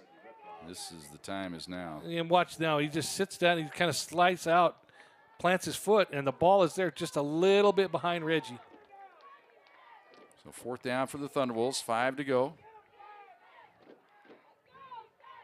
Tried to get Permian Basin to show their hand. Looked like they were going to blitz off the edge there with the right outside linebacker. They may still do it here. And they do get a little twist move. Fuller down the middle, caught by Retzlaff. He's in the clear, 30, 25, hurdles a man down to the 22-yard line. Again, great catch by Reggie Retzlaff with those big mitts. That's what we're accustomed to seeing here at CSU Pueblo. The all-time leader in catches, receptions, yards, touchdowns. Down to the 22-yard line. Wide receiver screen right side to Rakowski. Puts his head down, gets it down to about the 20-yard line before he goes out of bounds to stop the clock momentarily. They hadn't even moved the chains yet. That's how fast the tempo they were playing on that. Yeah, so now it'll be 2nd down and 8. Another look at that big play over the middle. Retzlaff opening up. 2nd and 8 for the Pack from the 20. Give it to Patton up the middle, and not much there, maybe a yard. And you got to still keep Permian Basin honest defensively, but you need to get points on the board quickly. Now we got an injury for the Falcons. One of their interior. Well, he was down for a moment, and I think he got hit in the nether regions there. Oh, nope, it's a stinger on the left arm. He's got to come out though, because he says, yeah, you know what? That hurts. He says, I'm trying to gut it out, but that hurts. Big fella. See if we can get a number here.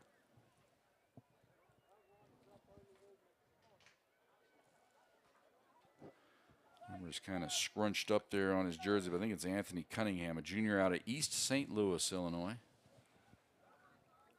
I'm impressed with Permian Basin, though, Jim.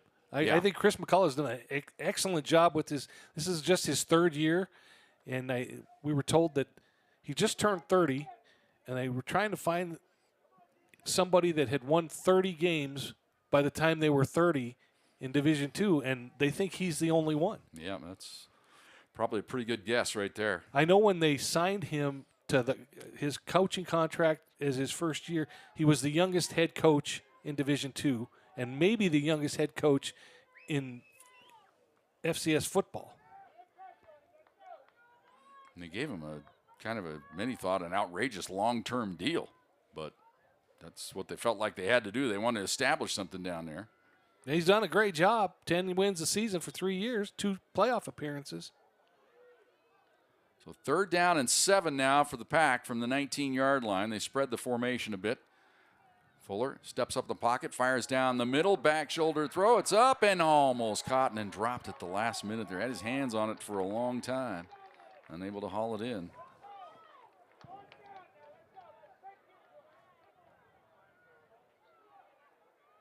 That DTA? And trying to get it to Honeycutt. Oh, Honeycutt. Okay. Tough to see these numbers, folks. It's the late afternoon sun, and it's that blue on red. It's tough. Defense. They called pass interference on that. We 15-yard wondered. Penalty, automatic first down. So that gives the Thunderwolves an automatic first down. Apologize, didn't see that flag. Well, we wondered. I mean, it looked like it was close, Correction, but by rule, the ball will be placed at the 2-yard line. It'll be an automatic first down. Well, I don't think it'll be placed at the 2 because that'd be more than 15 yards.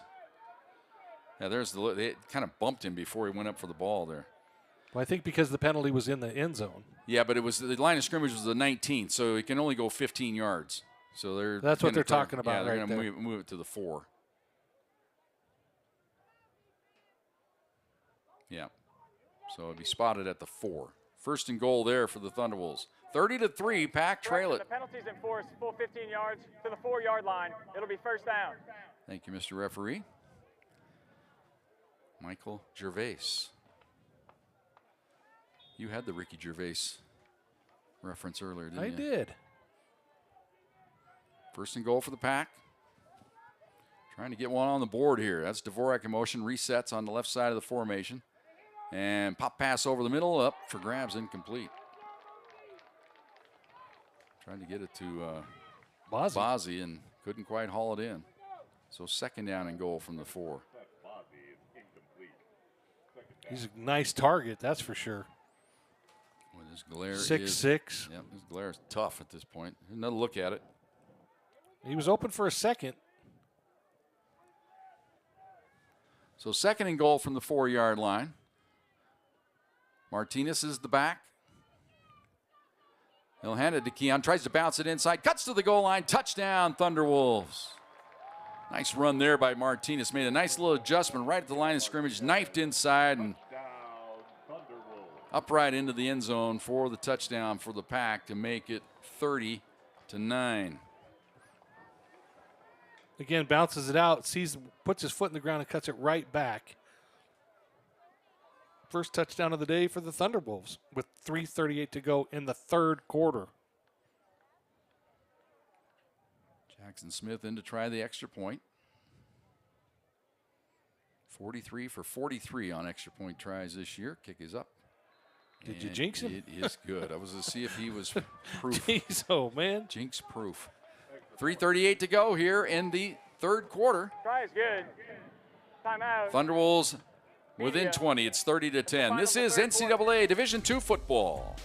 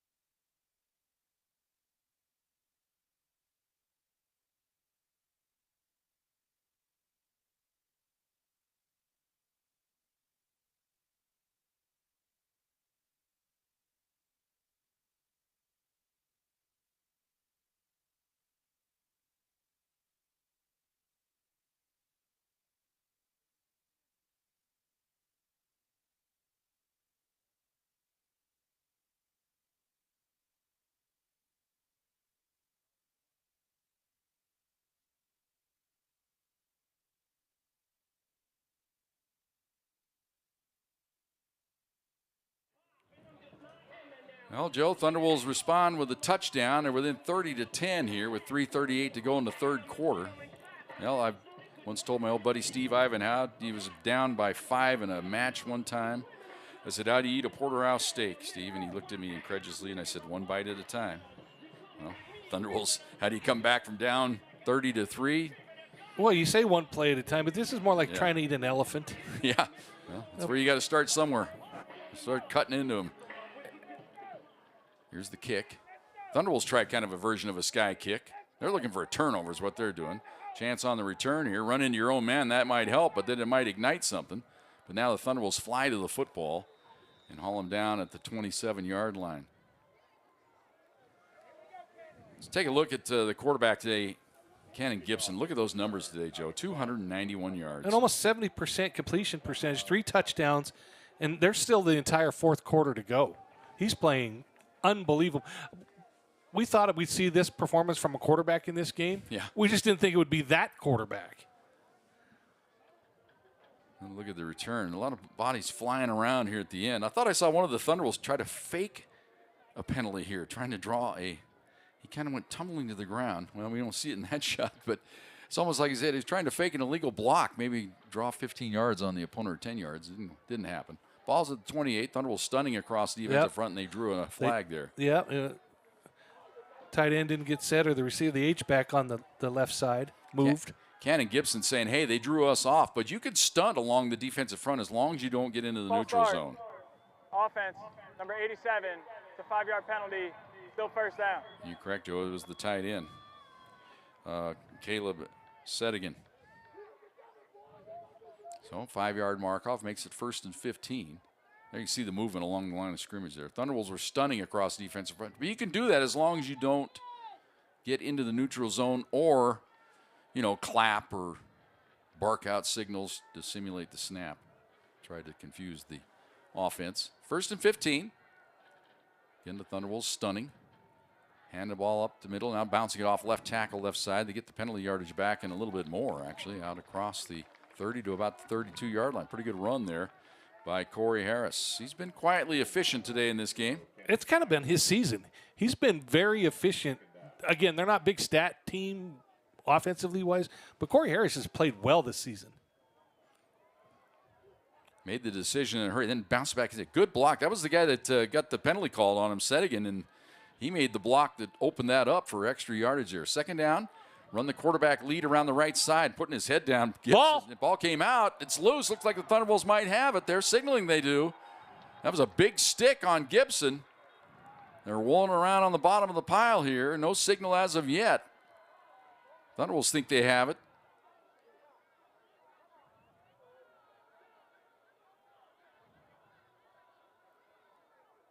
No confirmation as of yet. They're talking it over here. Who's football? Come on, Mr. Official. Looks like it's going to stay with the offense when you get all this running around like this. Yes, it is. Ball was recovered by UT Permian Basin. Please reset the game clock to 2:41. It will start on my signal. Thank you. Boy, you wonder if that was the Thunderwolves' chance there to get a turnover and get a short field, maybe get a quick score, but they don't secure the ball. So 3rd down and 2. Now you got to stop them somehow. Tight end lined up on the right side of this formation. They run the quarterback, follow right side. He's got the 1st down out across the 40 to about the 41. I think everybody who's watching knows that Cannon Gibson's going to keep the ball. That's just a 3rd and 3, 3rd and 2, 3rd and 1.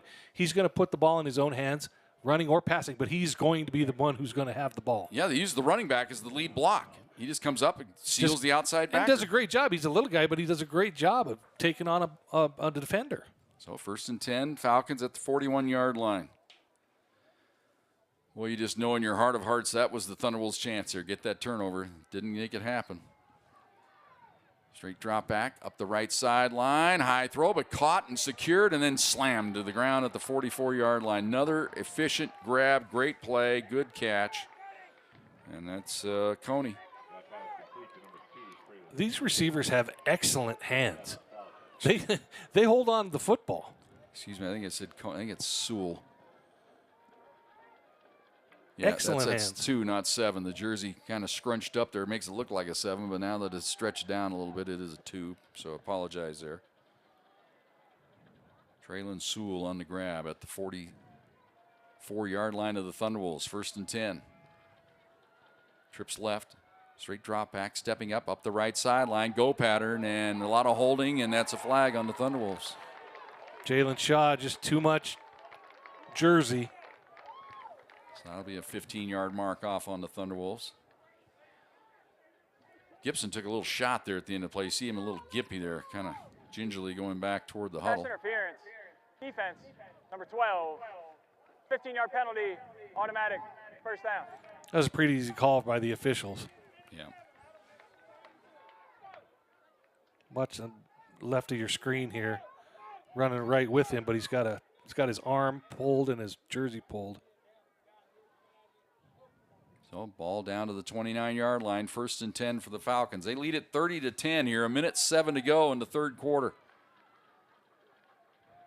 Straight drop back, looking right, under pressure, now rolling away from it is Gibson up the right sideline, right at the 8-yard line. No, they're Nope. saying it was on the. No, he's out of bounds. Okay. No, he went out and came back in.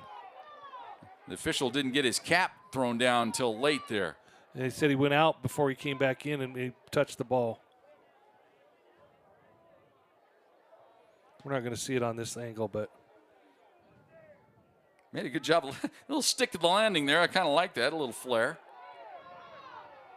But there, the field judge coming in. He just didn't throw his cap down right away. That's one thing you're supposed to do. Now, will they appeal this? I'm not sure you can.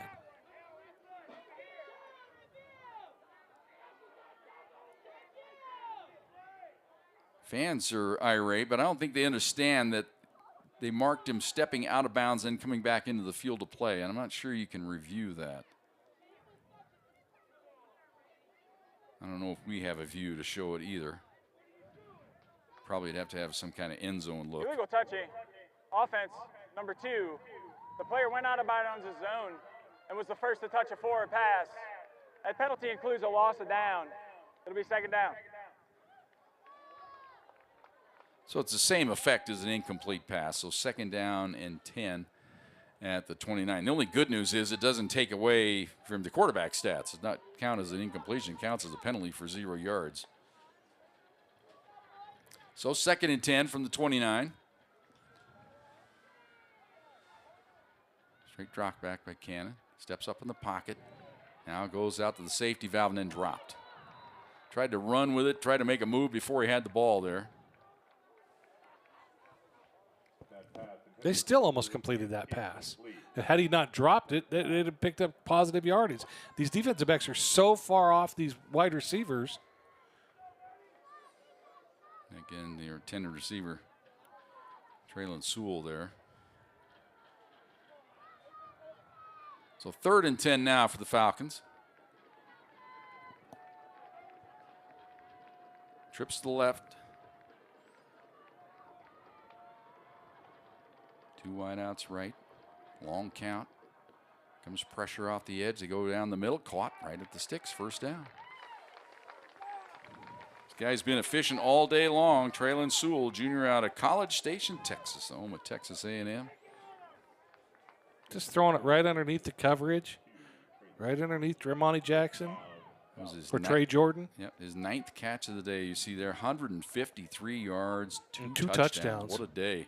He has been the player of the game for sure, along with the quarterback Gibson. Take your pick there.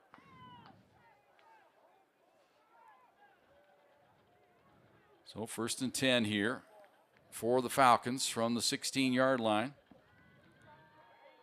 A little quick in route, caught inside the 10, down to the 7-yard line, and that's easy money. You just have your guys streak along the line of scrimmage, getting forward a little bit. Jalen Tillman, he's coming right toward the quarterback, running away from the corner. Yeah, he just had Ben Wilson on his hip. That's the end of the 3rd quarter.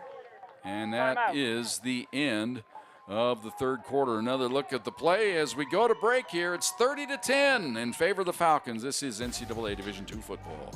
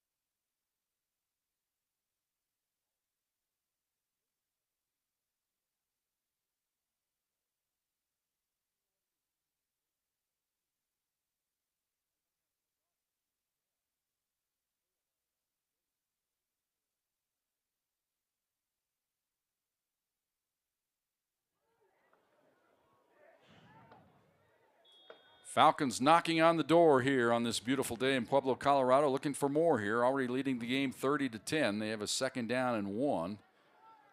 At the Thunderwolves 7-yard line, they hand the ball up the middle, trying to bounce it outside, and taken down for a loss. Good play there on defense for the Pack. Ian Rulo coming up on the stop. One of the best defenders on the year for the Thunderwolves. Takes him down back at the 8, so it'll be a 3rd down now and 2. Made the wrong decision, tried to bounce this outside here. Probably should have stayed inside. And Rulo attacked him, taking him down for a loss.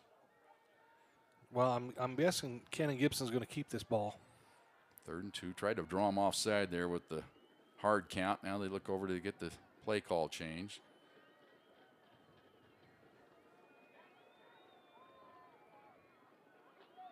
Takes a snap. It is a follow play up the middle. Puts his head down and wedges his way short of the 1st down. Looks like he's at the 7. Needed the 6, I believe. So it should be a yard short here. So it'll be 4th down for the Falcons.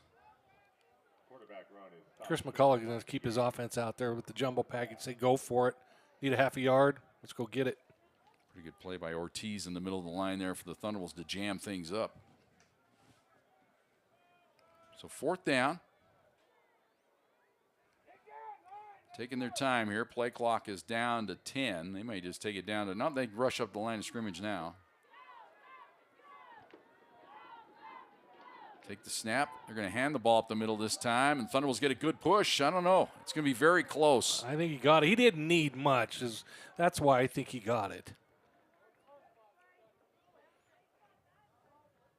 It is right where he needs to get. Thunderwolves think they've got him stopped here. They're trying to run off the field here, waiting to see where the spot. Of the line to gain. It's a turnover on downs. 1st down, CSU Pretty good Pueblo. penetration there by the Thunderwolves. He needed the 6. He didn't quite get there. So Thunderwolves defense rises up. They had to have a stop there, and they get it. And by where the ball spotted, you can tell he needed the 6. He didn't get there. I was looking at Chris McCullough, see if he was going to challenge the spot. That would add insult to injury. So Thunderwolves take over as the field flips. The line of scrimmage will be the 7-yard line. Well, you need 3 touchdowns here in this 4th quarter. It has to be a magical day here for Fuller in this quarter alone. They hand the ball up the middle, trying to bounce it outside, breaking 1 tackle and getting forward for about a yard is all, maybe to the 8-yard line. Thunderwolves with that same script. They've been running it on 1st down all day long. Indifferent success. They've had a couple of good runs, but it seems like most of the time they're in 2nd and long. It's been a little repetitive, derivative. It just hasn't been much variety, and you need some variety right now. Straight drop back. Fuller passes down the middle, intercepted and dropped. Tried to get it to Rakowski. The cornerback was right there and had a pick 6 right in his hands, and unable to haul it in there. The cornerback, Karai Coney, been giving him some credit on offense today as his number is 7, and his counterpart wearing number 2. When his number gets scrunched up, he looks like a 7. Yeah, he's going to think about this one all the way back. Yeah, he jumped the route, was right there, would have been a pick 6. So 3rd down now and long for the Thunderwolves. We'll call it 9 here.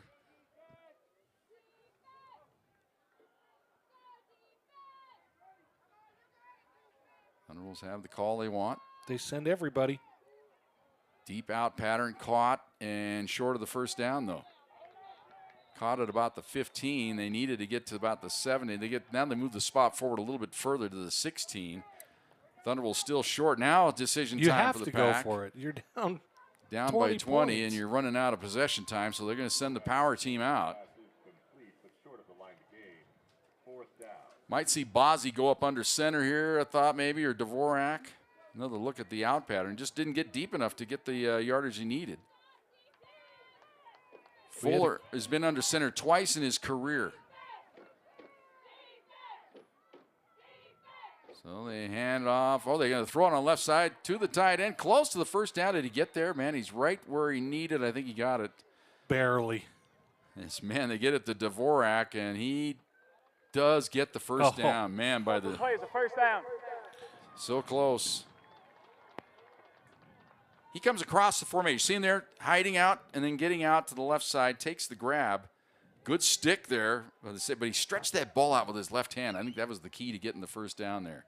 So a fresh set of downs for the Thunderwolves. Nothing's easy today. Fuller in the pocket, over the middle, caught, crossing route. Another first down for the Pack. I would Martinez out of the backfield. And they usually run up to the ball after first downs anyway, but I would be in constant hurry mode now. 2-minute offense. Fuller looks it over. Has a snap. Sets, fires down the middle. Caught. Looks like Akins is going to stretch the ball out forward. Got another first down out to the 43-yard line. DTA on the grab. Thunderwolves got to play up tempo here with 11:20 to go. Down 30-10. Not sure why they allowed the sub there because CSU Pueblo did not sub. Straight drop back by Fuller. Steps up in the pocket, going up the right sideline. He has Retzlaff there, and he's got it, but it was the out of bounds. I don't think they're going to say a grab. They're going to talk this over. Did his right foot come down out of bounds? Nope, they say it was inbounds. That was a bang-bang, I know that. This one might be prone to review. Thunderwolves to get right up there and snap this ball. At first blush, I thought he was out of bounds. Again, the ball was on the sidelines. Nope, he got him down. Toe tapped it. That's a great catch. Straight drop back by Fuller. Here comes pressure off the edge. Could have held him there, and they reach for the flag and throw it. Yeah, incomplete. We haven't seen a holding call all day, but that one was so egregious you had to throw it. Well, Tyler Etheridge just got beat and had to protect his man. So now if you're Permian Basin, I think you take it. Offense, number 77. It's a 10-yard penalty, first down. Yeah, he was beat pretty soundly off the edge here. See it right there at the top. Fuller able to get away, get the pass away, but the foul had already been committed. So 1st and 20 now for the Thunderwolves back at the 35. Good news is the clock stopped. 30-10. Permian Basin on top. Honeycutt wide to the right, trips to the left. Retzlaff in the short slot right on the hash marks here. Straight drop back. They look to Reggie. Pump fake. Now they go out pattern, trying to get it to DTA, and he gets forward for about 3 is all. Down to the 32. So a gain of 3. It'll be 2nd down and 17. Permian Basin playing that umbrella coverage with the 6 defensive backs. Everything's in front of them. You can have all the underneath stuff you want. Saw Roman there have to pump fake before delivering that deep out. 2nd down and 17. Here comes an extra rusher. The Thunderwolves pick it up. They go down the middle, incomplete. Trying to get it over the middle, just not there. Trying to get it to Reese Robinson, unable to haul it in.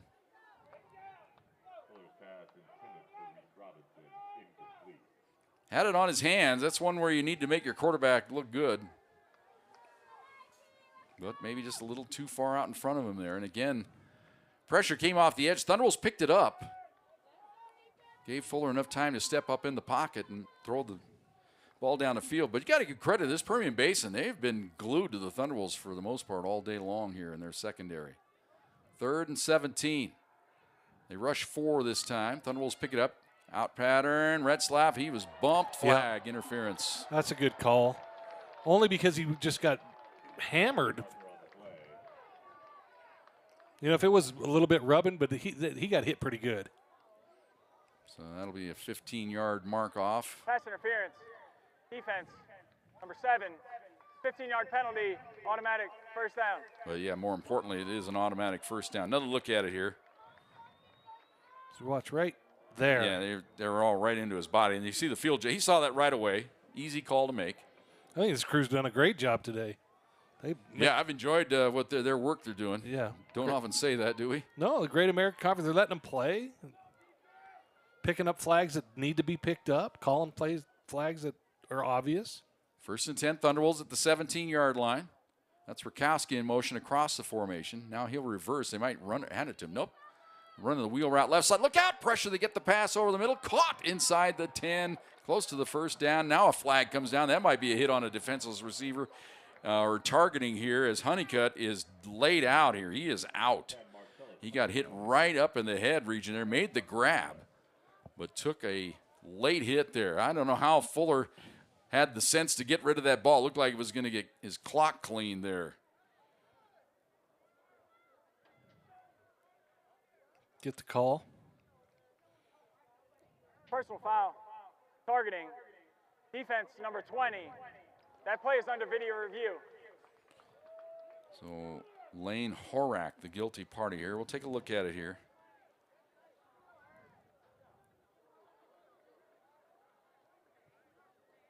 Yeah, he might have came up there with a shoulder to the head. I don't think they got the right number, did they? I'd like to see that from our sideline look there. That last little camera angle we had there at the end that we switched to, that might be better there. But I thought he led with the forearm up around the head, but I don't think it was the correct number.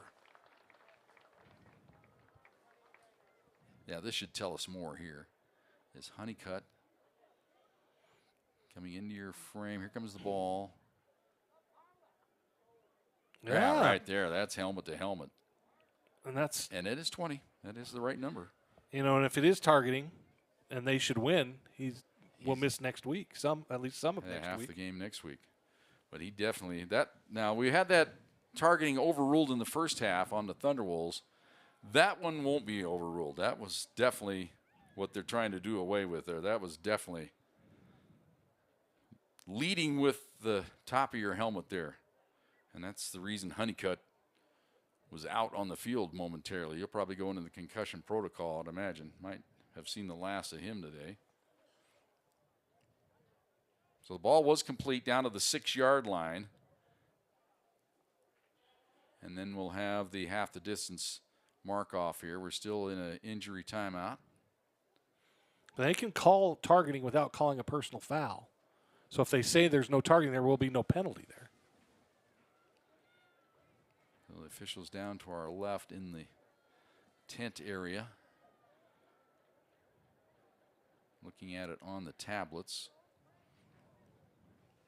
So as it stands right now, it will be 1st and goal for the Thunderwolves at the 6.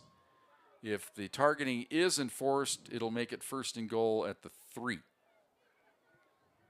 30-10 our score. Permian Basin with the lead. 9:55 to go here in the 4th quarter.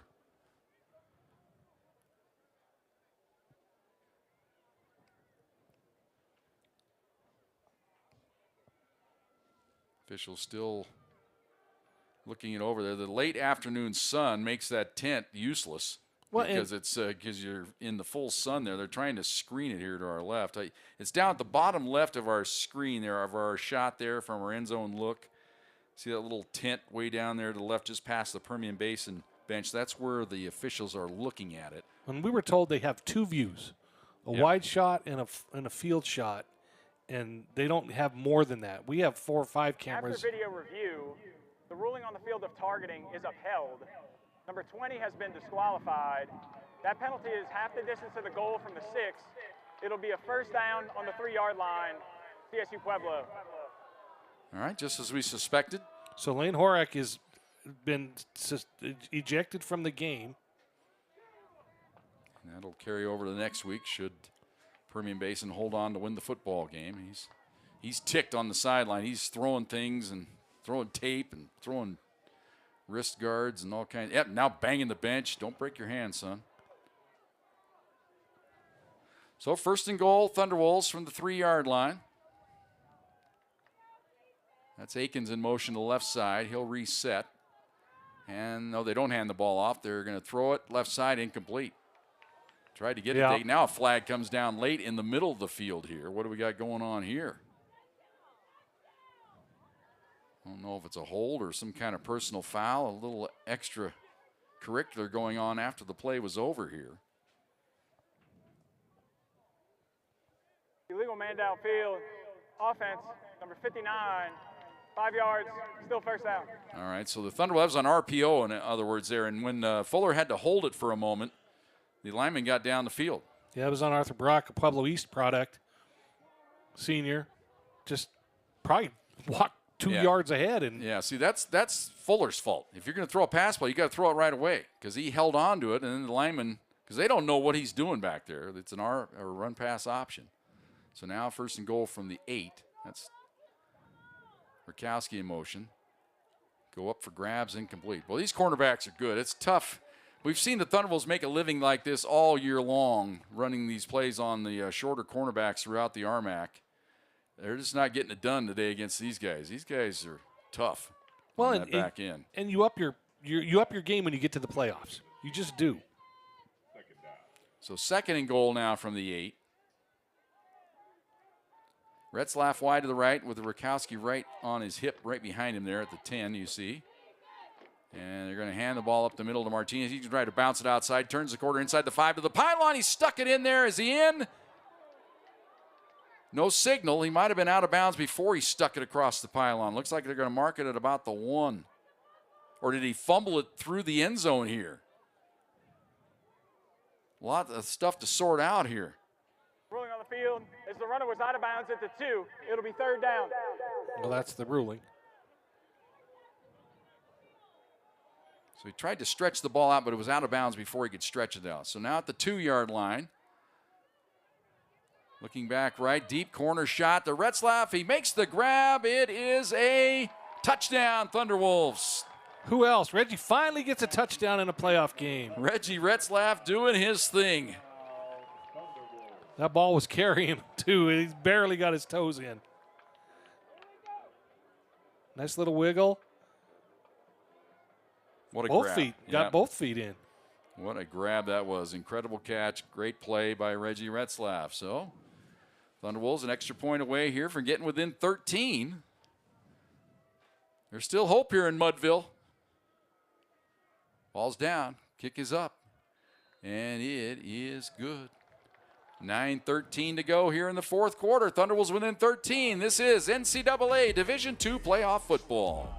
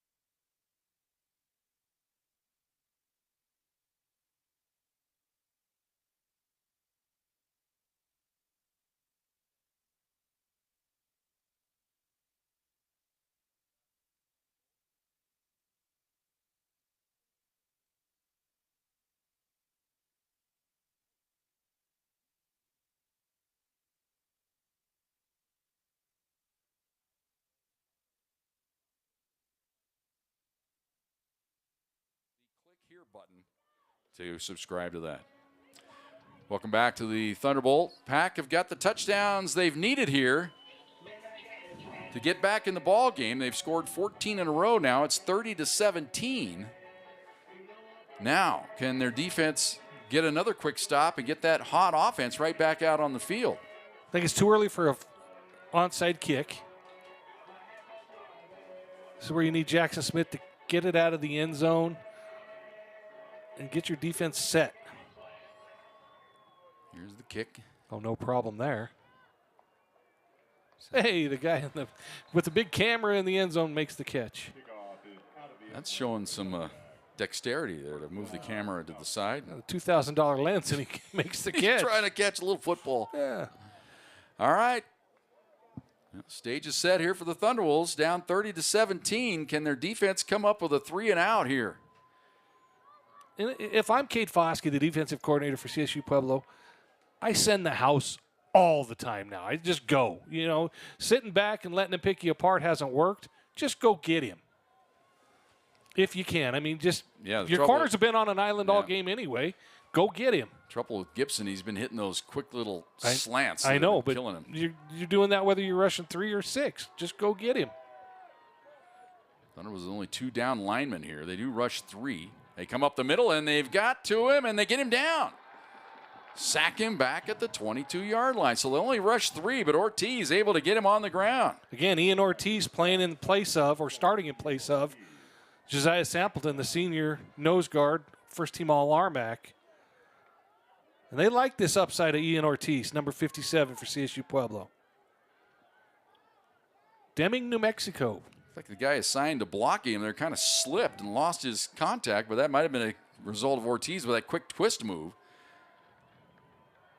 This time, 4 down linemen for the Pack. Straight drop back. Another twist move, trying to get to the outside. Thunderwolves lose contain, trying to turn the corner here, and he's run out of bounds. Clock stays running, gets out to the 27-yard line, so it'll be 3rd down now and 8. So good coverage down the field there by the Thunderwolves. Dare we say big 3rd down? Oh, huge. Humongous. Good, great pursuit from the backside. Gibson is just so good at getting away from pressure. Pretty good pursuit there by Olalami. 3rd and 8 here for the Falcons from their own 27-yard line. 8 minutes to go in the ball game. They lead it 30-17. Thunderwolves trying to get up with a stop here. Straight drop back. Here comes pressure. They forced him out of the pocket. A little tug there, no call. Trying to get forward. Thunderwolves get him down, smash him at the 29-yard line. And now a flag comes in. This may be a targeting or a face mask on the Thunderwolves. Gary Seidenberger, the underrated Texan. This is a huge call against the Pack. Had him stopped, but let's see what the call is. Is it going to be a face mask or going to be a targeting on the Pack? It did not look like he led with his helmet at first blush.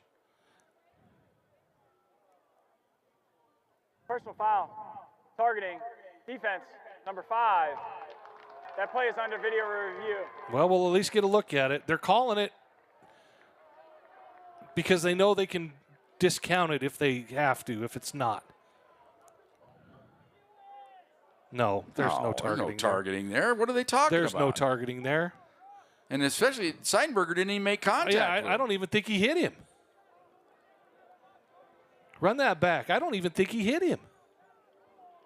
Looked like Ortiz got him up high with kind of the around the clothesline area. So you watch. He takes off. Seidenberger. There's the hold they missed right there.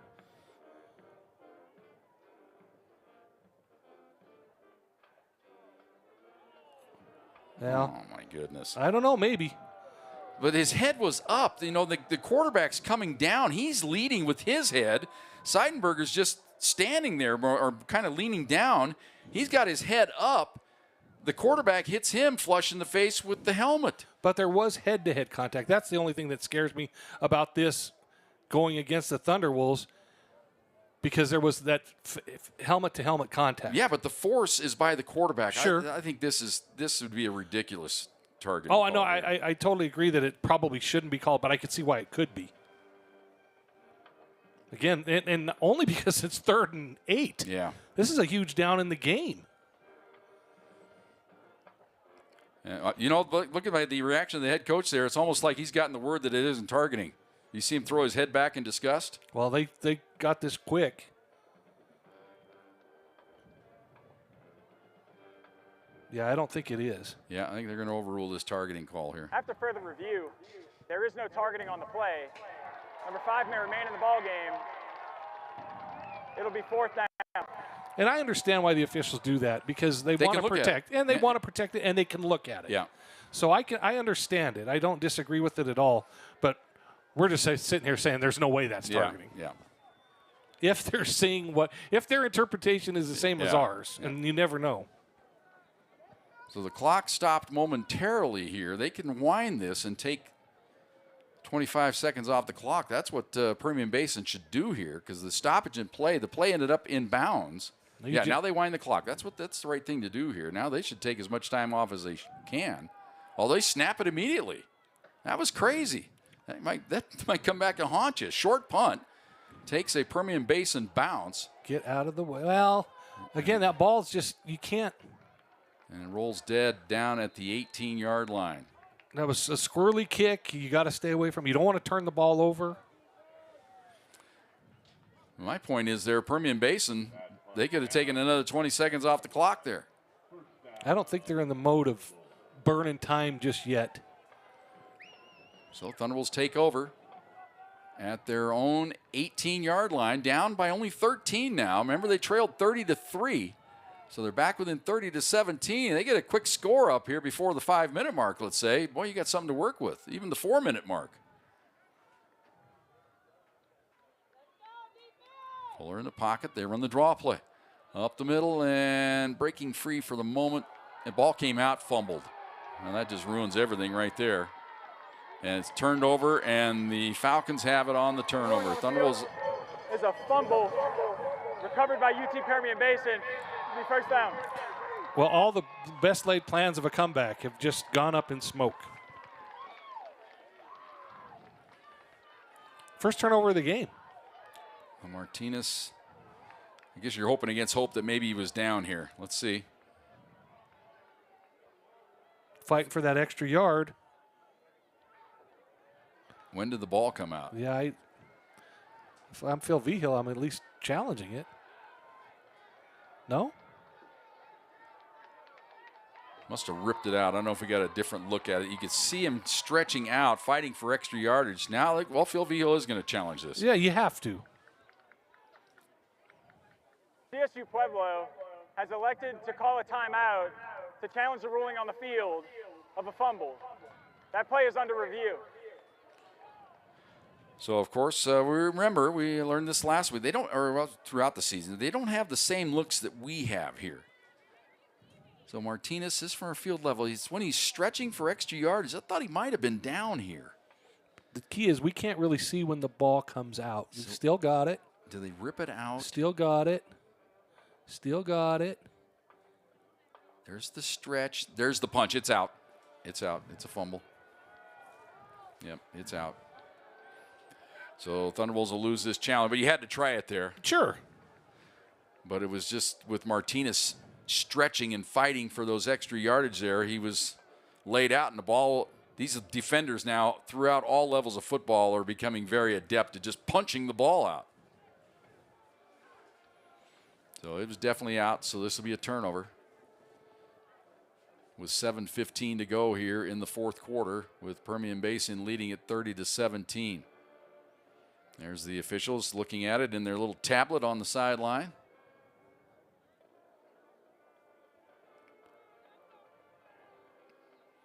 Well, now I'm going to play the old glasses half full thing. Now the Thunderwolves have to come up with a stop holding them to a field goal here. If they do, then it's still a two-score game. Two-score game, 33-17. That means 2 touchdowns, 2 two-point conversions, and you tie the game.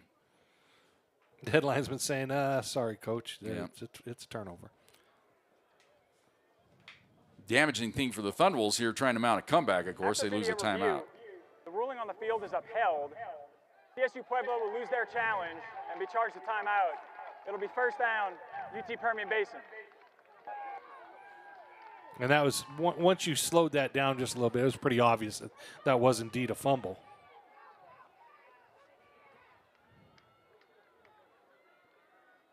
The sun is just brutal for us right now, both on the monitor and in the game. There's no view.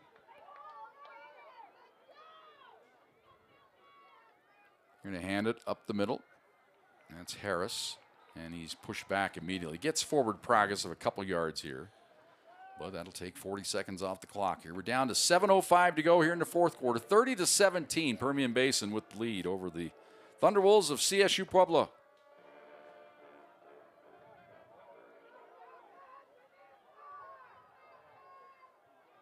Second down and 8. Looking right now, stepping up in the pocket. Here comes pressure, and they got him. Now just don't do anything stupid here. Don't do anything stupid. Now it looks like his own player took him down there at the end. Well, I was looking. I know they're trying to strip the ball. So Gibson takes the sack. So now that marks it back outside the 15, closer to the 18-yard line here. So 3rd and about 14. And look, Thunderwolves coming up some pressure. The pressure's been ramping up here in the second half.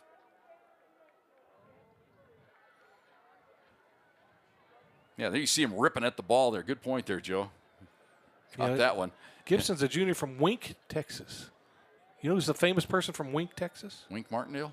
No. Oh. Roy Orbison. Roy Orbison. Oh, man.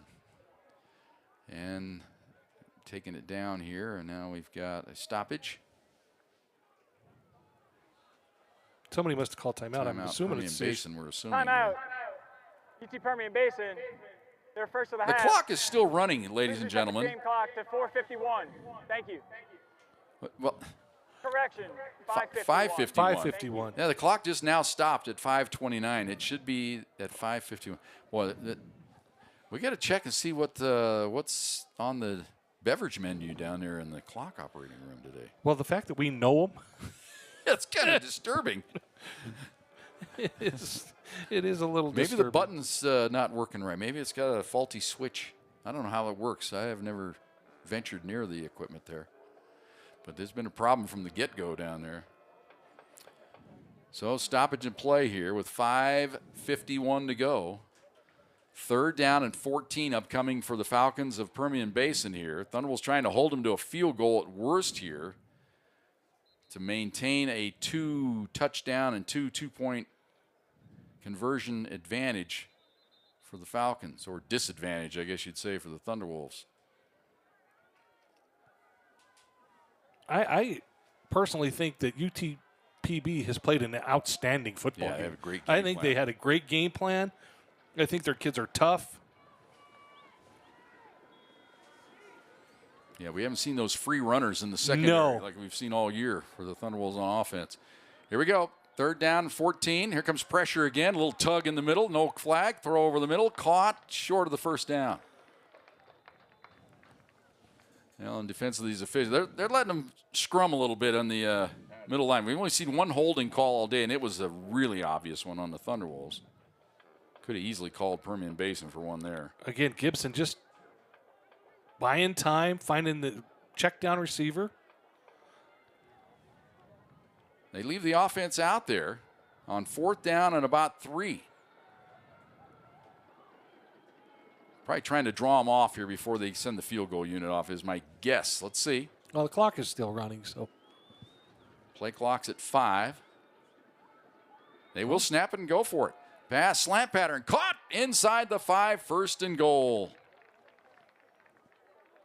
Right in front of Jalen Shaw. Thunderwolves are kind of celebrating on defense. So I don't think they realize that, hey, they didn't have to get in the end zone there. So it's 1st and goal for Permian Basin. Boy, that was a gutsy call. Well, I think you're exactly right. I thought they were just thinking they'd stop him from a touchdown. So now 1st and goal from the 2. Gibson, very prone to running the football here. He looks it over. Now you just take as much time off that clock as you can. We're down to 10 on the play clock. 4:30 to go in the game. 30-17, Falcons with the lead. And he'll call his own number here. Spread the formation. Here he goes, right up the middle. Puts his head down. Touchdown. What a day for Cannon Gibson. They take advantage of the fumble. Put the clinching touchdown on the board for University of Texas Permian Basin.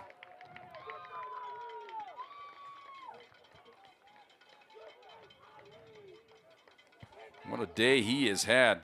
Such a great play from him today, both running the ball, I think, in finding the guys. But I'll give his receivers credit. They had Velcro gloves today. They did not miss a pass.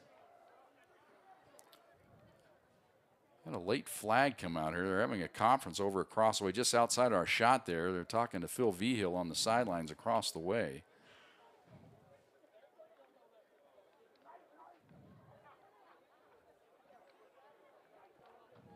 You see the Permian Basin. Man, that's going to be a nice, happy little bus ride. It's only 500-plus miles down there, good 10, 12 hours. After the play, on sportsmanlike conduct, offense number 3, that 15-yard foul will be enforced on the subsequent kickoff. We'll play the try. Yeah, I guess that was the conference there. Do you take the penalty on the try or take it on the kickoff? Phil Vigil's electing to try to get field position. He's going to trade the yardage to try to get in better position. The 1 point really doesn't matter that much here. He's hoping to get better field position to go down and get 8 points is what he's thinking. Ball's down, kick is up, and it is good. 4:18 to go here in the fourth quarter. Permian Basin with a 37-17 lead. Evidently going to save our immediate timeout until the 2-minute warning, it looks like. 451 yards of total offense.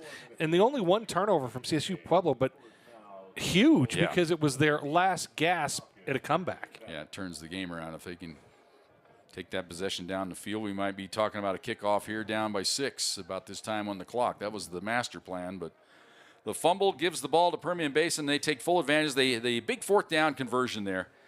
Also, the big play, don't forget on that drive, was the 3rd down and 14 to make it manageable there on 4th down. Again, just an offense that has done its job today if you're a Falcons fan.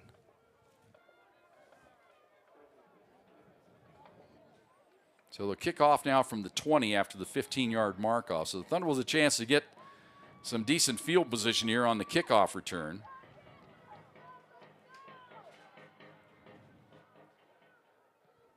Sky kick. Taken at the 30. Chance for a little bit of yardage here. 35, 40, putting the head down, getting out of bounds around the 42-yard line. So good field position for the Thunderwolves. They need, well, they need a miracle. They need everything. They need a quick score and then it's almost like kick, quick score. Yeah, it's almost like you just have to take your shots. You can't do the RPO now. This is just P. Yeah. There's no RPO. It's just P. So ball at the 42-yard line, 1st and 10 for the Pack. Retzlaff in motion to the left side of the formation. Straight drop back by Fuller. Looks up the left side. Deep out pattern deflected. Those cornerbacks, they've been right up on Retzlaff the entire ball game. It's been tough for him to breathe. He's made a couple of decent catches in the game, but, man, it's been a tough work, and you can see him limping a little bit there. I thought when he went in motion across the formation, looked like he was a little bothered there, a little right quad strain or something. Yeah, they just brought him off the field, too. You cannot argue with the career that Reggie Retzlaff's had at CSU Pueblo. He owns every record as a receiver. Please reset the game clock to 4 minutes and 5 seconds. It will start on the snap. Thank you. Again, the clock's supposed to stop on an incomplete pass, and it didn't. I'm really at a loss for our operations today here. Yeah, we'll have to talk to the boys. 2nd down and 10 from the 42. Honeycutt wide to the right. Looks like Verla Smith into the game now as well for the Thunderwolves. Straight drop back by Fuller. Steps up in the pocket. Over the middle, threw it behind Martinez. Yeah, he throws it out in front of him. He might still be running. Again, not committed to making that pass. He got a little lazy with the footwork. Threw it behind him. So 3rd and 10 here. You'll see this on this replay. Martinez had all kinds of real estate here if he makes the grab in stride. Yeah, he just kind of flicked it instead of stepping into that one. Yeah, there was no intent other than to. So 3rd and 10 now for the Thunderwolves. Bringing Martinez in motion now. He'll reset in the backfield. Thunderwolves false start. Tyler Etheridge or Jaden Jones. I couldn't see which side. Illegal snap. Offense, number 52. 5-yard penalty. Still 3rd down. Oh, no, they said Preston Jarvis. Excuse me. Sorry, big guys. Looks like Retzlaff's back in the game, so whatever he had, maybe a little cramping issue or whatever, he's back in the game. He's in that bunch formation on the left side of the formation. Single receiver right. Straight drop back by Fuller.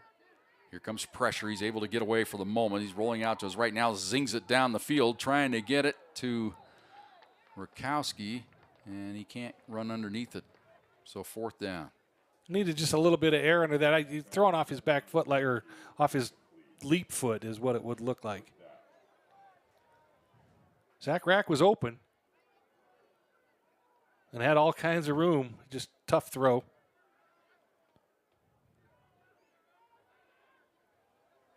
Yeah, step on the defenders. Just led him too far. So 4th down, Thunderwolves, desperate times call for desperate measures. You go for it here on 4th and about 16, well, 4th and about 15. They need the 48-yard line of the Falcons, and now Timeout. CSU Pueblo. Thunderwolves take a timeout. Their second charge of the half. So they're going to talk things over here. Didn't want to rush this play. They got to convert it here to have any hope. For Phil Vigil, you call up to Jordan Dodge and say, 4th and 15. I need it. What do you got? Got to have it. What do you look got? on that play chart. What color would you highlight that one to be? Well, let's see what we've got in store here for Permian Basin. I haven't gone to my computer in a while here, so we'll log it back in. See what the scoreboard says here. Well, Chadron lost. Yeah, Pitt State beat them 21-17. Now we got to look at the Western Colorado score. I know Western. It's 21-20. Western Colorado leads Central Washington. Early 4th quarter. 13:52 to go. They started an hour behind this game. So you Permian Basin fans, if Western Colorado can win the ball game at Central Washington, then you're looking at a home game next week.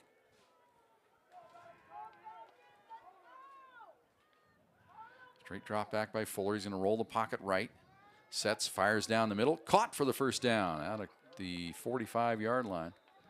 That's Taylor Akins on the grab at the 45-yard line of the Falcons. So Thunderwolves keep hope alive here. We're down to 3:50 to go. 1st and 10 at the 45-yard line of the Falcons.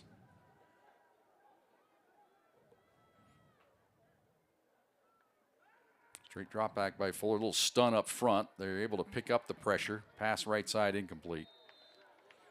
Roman Fuller just getting rid of that one. He was being chased mightily. Jacob Humphrey. They call him the Jack. It's kind of like a hybrid on the outside, either like an edge rusher, or you see him right there, number 5. He's got good speed. Look at the wheels, and he chasing down Fuller there, made him get rid of it. Kind of lines up as the defensive end. He's not down in a 3-point stance, so he kind of freelances out there. Just wreaks havoc is what he does. They send an extra rusher this time. Fuller over the middle, and that ball deflected. Great play by the linebacker coming across there, deflecting that one away. Yeah, that's X-Line, the Lone Star Conference Player of the Year. Man, what a play that was. Looked like that was destined for big yardage, and X-Line just stuck the left hand out very calmly, too, Joe. He's like, I got this. No biggie. Right there, I got it. 3rd and 10.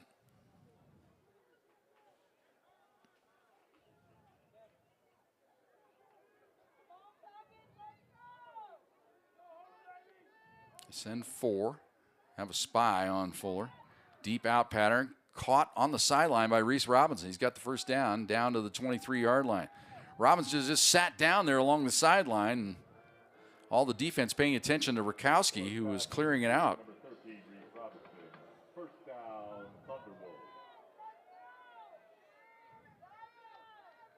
Fuller doing a good job stepping into that one. Straight back in the pocket now. Here comes pressure. Gets the pass away. Incomplete. Not a bad play there. Get the clock stopped with 3:10 to go here. No, that was your guy, Jacob Humphrey, again, coming from backside pressure. And he's going to take a little bit of a break. He's gassed. He comes down to the sideline down here, and he's looking for what? He's actually gasping. He's looking for air here playing at altitude. He's just out of our shot there to our left, right at the bottom of the screen. You know, Set the game clock to 3:10, 3:10. It will start on snap. When I was looking at roster heights and weights, sometimes you're like, okay, these are roster heights and weights. But Permian Basin's big, and they're big everywhere on this team. Again, another clock issue. They reset it to 3:10. They put 17 seconds back on the clock. That's a lot of seconds. So 2nd and 10 now for the Thunderwolves from the 23-yard line. Straight drop back by Fuller. Here comes pressure, and they got him. The ball's fumbled. It's out. It's loose. Looks like the Thunderwolves may have it. I'm not sure. They're scrambling around for it. Going to be a holding call on the Thunderwolves here, as they were in desperate straits there trying to keep their quarterback upright. I think the Thunderwolves were able to recover it. No signal as of yet. Looked like it landed right into the lineman's belly or Roman's belly. There's the hold right there, and there's the ball popped out. After discussion, there's no foul for holding. It'll be third down. They would have declined it anyway, as being at a sack. So it's back here at the 31-yard line. I think they're just trying to keep their slate clean of calling holding calls. Hey, I'd take this. That looked like cheating to me, but I would take this officiating crew any day. Exactly. Just let them go. Let them fly around out there. Third down and 17 now for the Thunderwolves. Fuller steps up. He's going for it all. Jump ball situation. They go up for grabs, and it's caught for a moment, then dropped Nope, it at the end. No, they call touchdown. Yeah, it was a touchdown. poked out of his hands at the end there. As Honeycutt had it, Aikens showing it to the referee, and then the cornerback kind of poked it out of his hand after the play was over. Yeah, he had it and then was on the ground, and then the ball came out. Watch right here. He goes up 50-50. Look at the pause on this. Grabs it, controls it with one hand. He's down right there. He's already, the play's over, and then it's popped out of his hand, but the play's over. Touchdown. Good call. Taylor Aikens. Here's the extra point try. It's up and good. So 2:45 to go. It's 37-24. Onside kick upcoming. Thunderwolves 24, Falcons 37.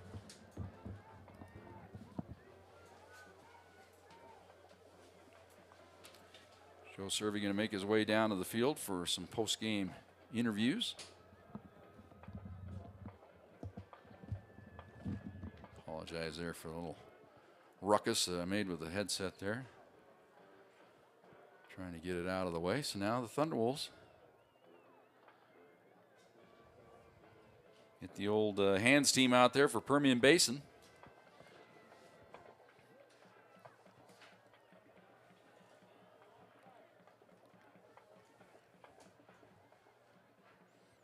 Haven't seen a successful onside kick since, do I need bring it up, folks?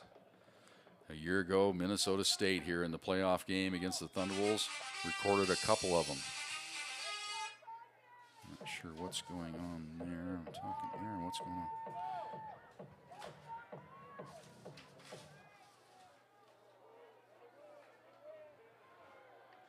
And the onside kick is recovered by Permian Basin. Apologize for a moment there. I turned down the wrong headset, thinking it was Joe's for our radio audience. Too much confusion for me in here. So Permian Basin takes over at the 44-yard line of the Thunderwolves, leading at 37-24. Thunderwolves, remember, down to one timeout.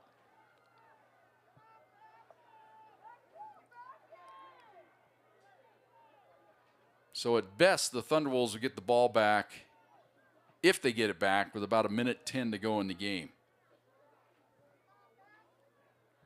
Then you got to factor. Out of bounds. Kicking team number 49. That 5-yard will be added from the spot. It'll be first down. Yeah, since the ball did go out of bounds, it's another 5 yards tacked on. So it's down to the 39. That's where Permian Basin takes over here with 2:45 to go.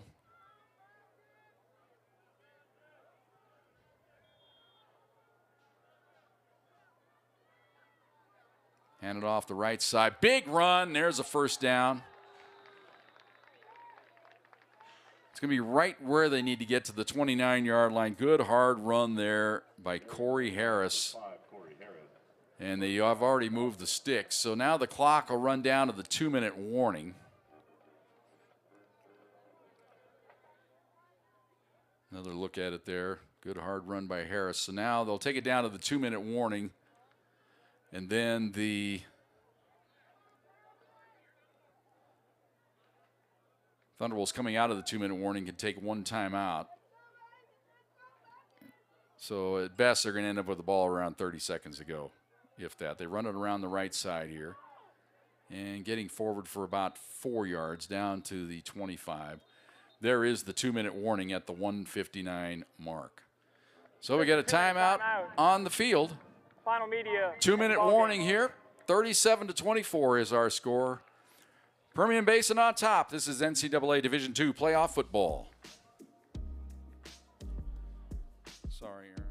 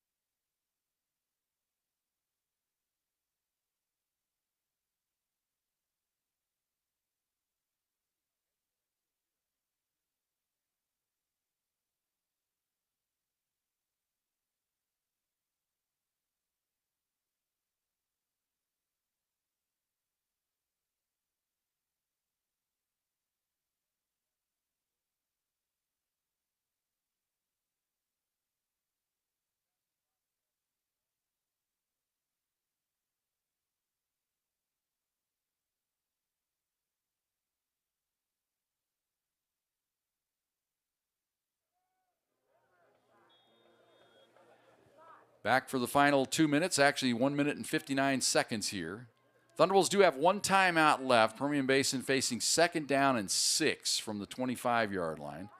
They'll run it up the middle, little stutter step down close to the first down to the 21. So it's going to bring up 3rd down and 2. Thunderwolves do take their last timeout here with 1:51 to go. Timeout. CSU Pueblo. That's their final of the game. So if Permian Basin picks up the first down, it's for sure over. If not, then they can run another play and take it down to, say, 20. Please reset the game clock to 1:53. Thank you. Again, another clock issue. What else is new? Do the math here. So the play will take 4 or 5 seconds. Probably closer to 8 seconds. So that takes it down to 1:45. Then you run 40 off of that. So it'd be down to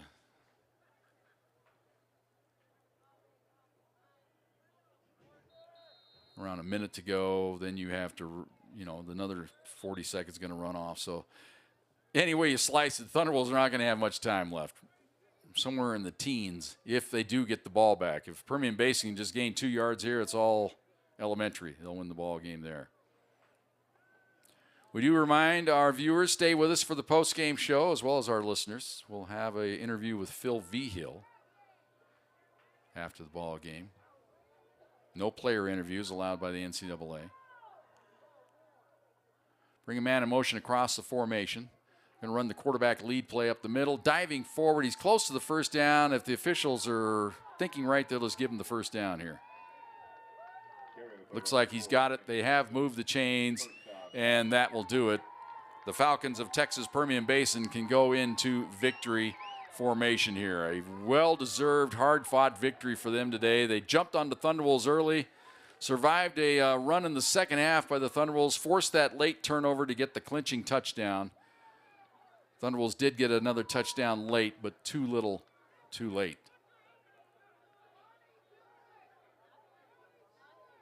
So they are into victory formation here. They just have to run 2 plays. There's the first snap.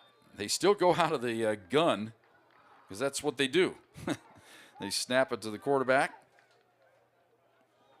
And Gibson just runs forward, takes a knee. Has to absorb a 2-yard loss, though, on his stat line, but he'll gladly take that. He's not going to care about that too much. So now they'll just take it down to under 40 seconds, take one final snap, and then that will close out the ball game. So once again, we'll take a brief little 2-minute timeout as soon as the game is over. And then we'll come back and we'll have an interview with Phil Veal for the final time this year on a Thunderwolves football. Oh, man, there's a late.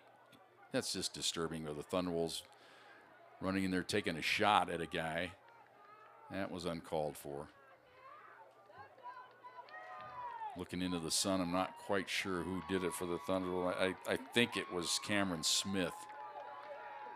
So that will not be a very pleasant run down the handshake line here. He's being admonished by his defensive coordinator, Kate Foskey, there for that little deal there. Teams are shaking hands, and the clock has reached zeros. Permian Basin wins it 37-24. Stay tuned for our post-game show. This is NCAA Division II playoff football.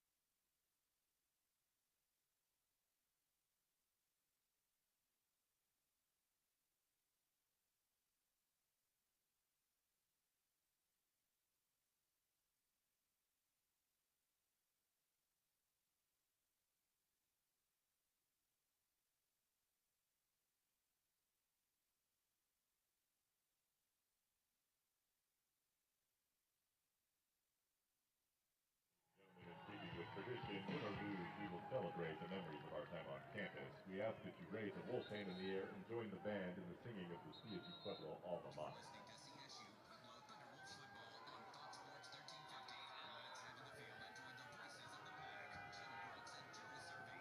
(37-24) is the final score. Permian Basin wins it. We're about ready for Joe Cervi down on the field. Let's go ahead and get there.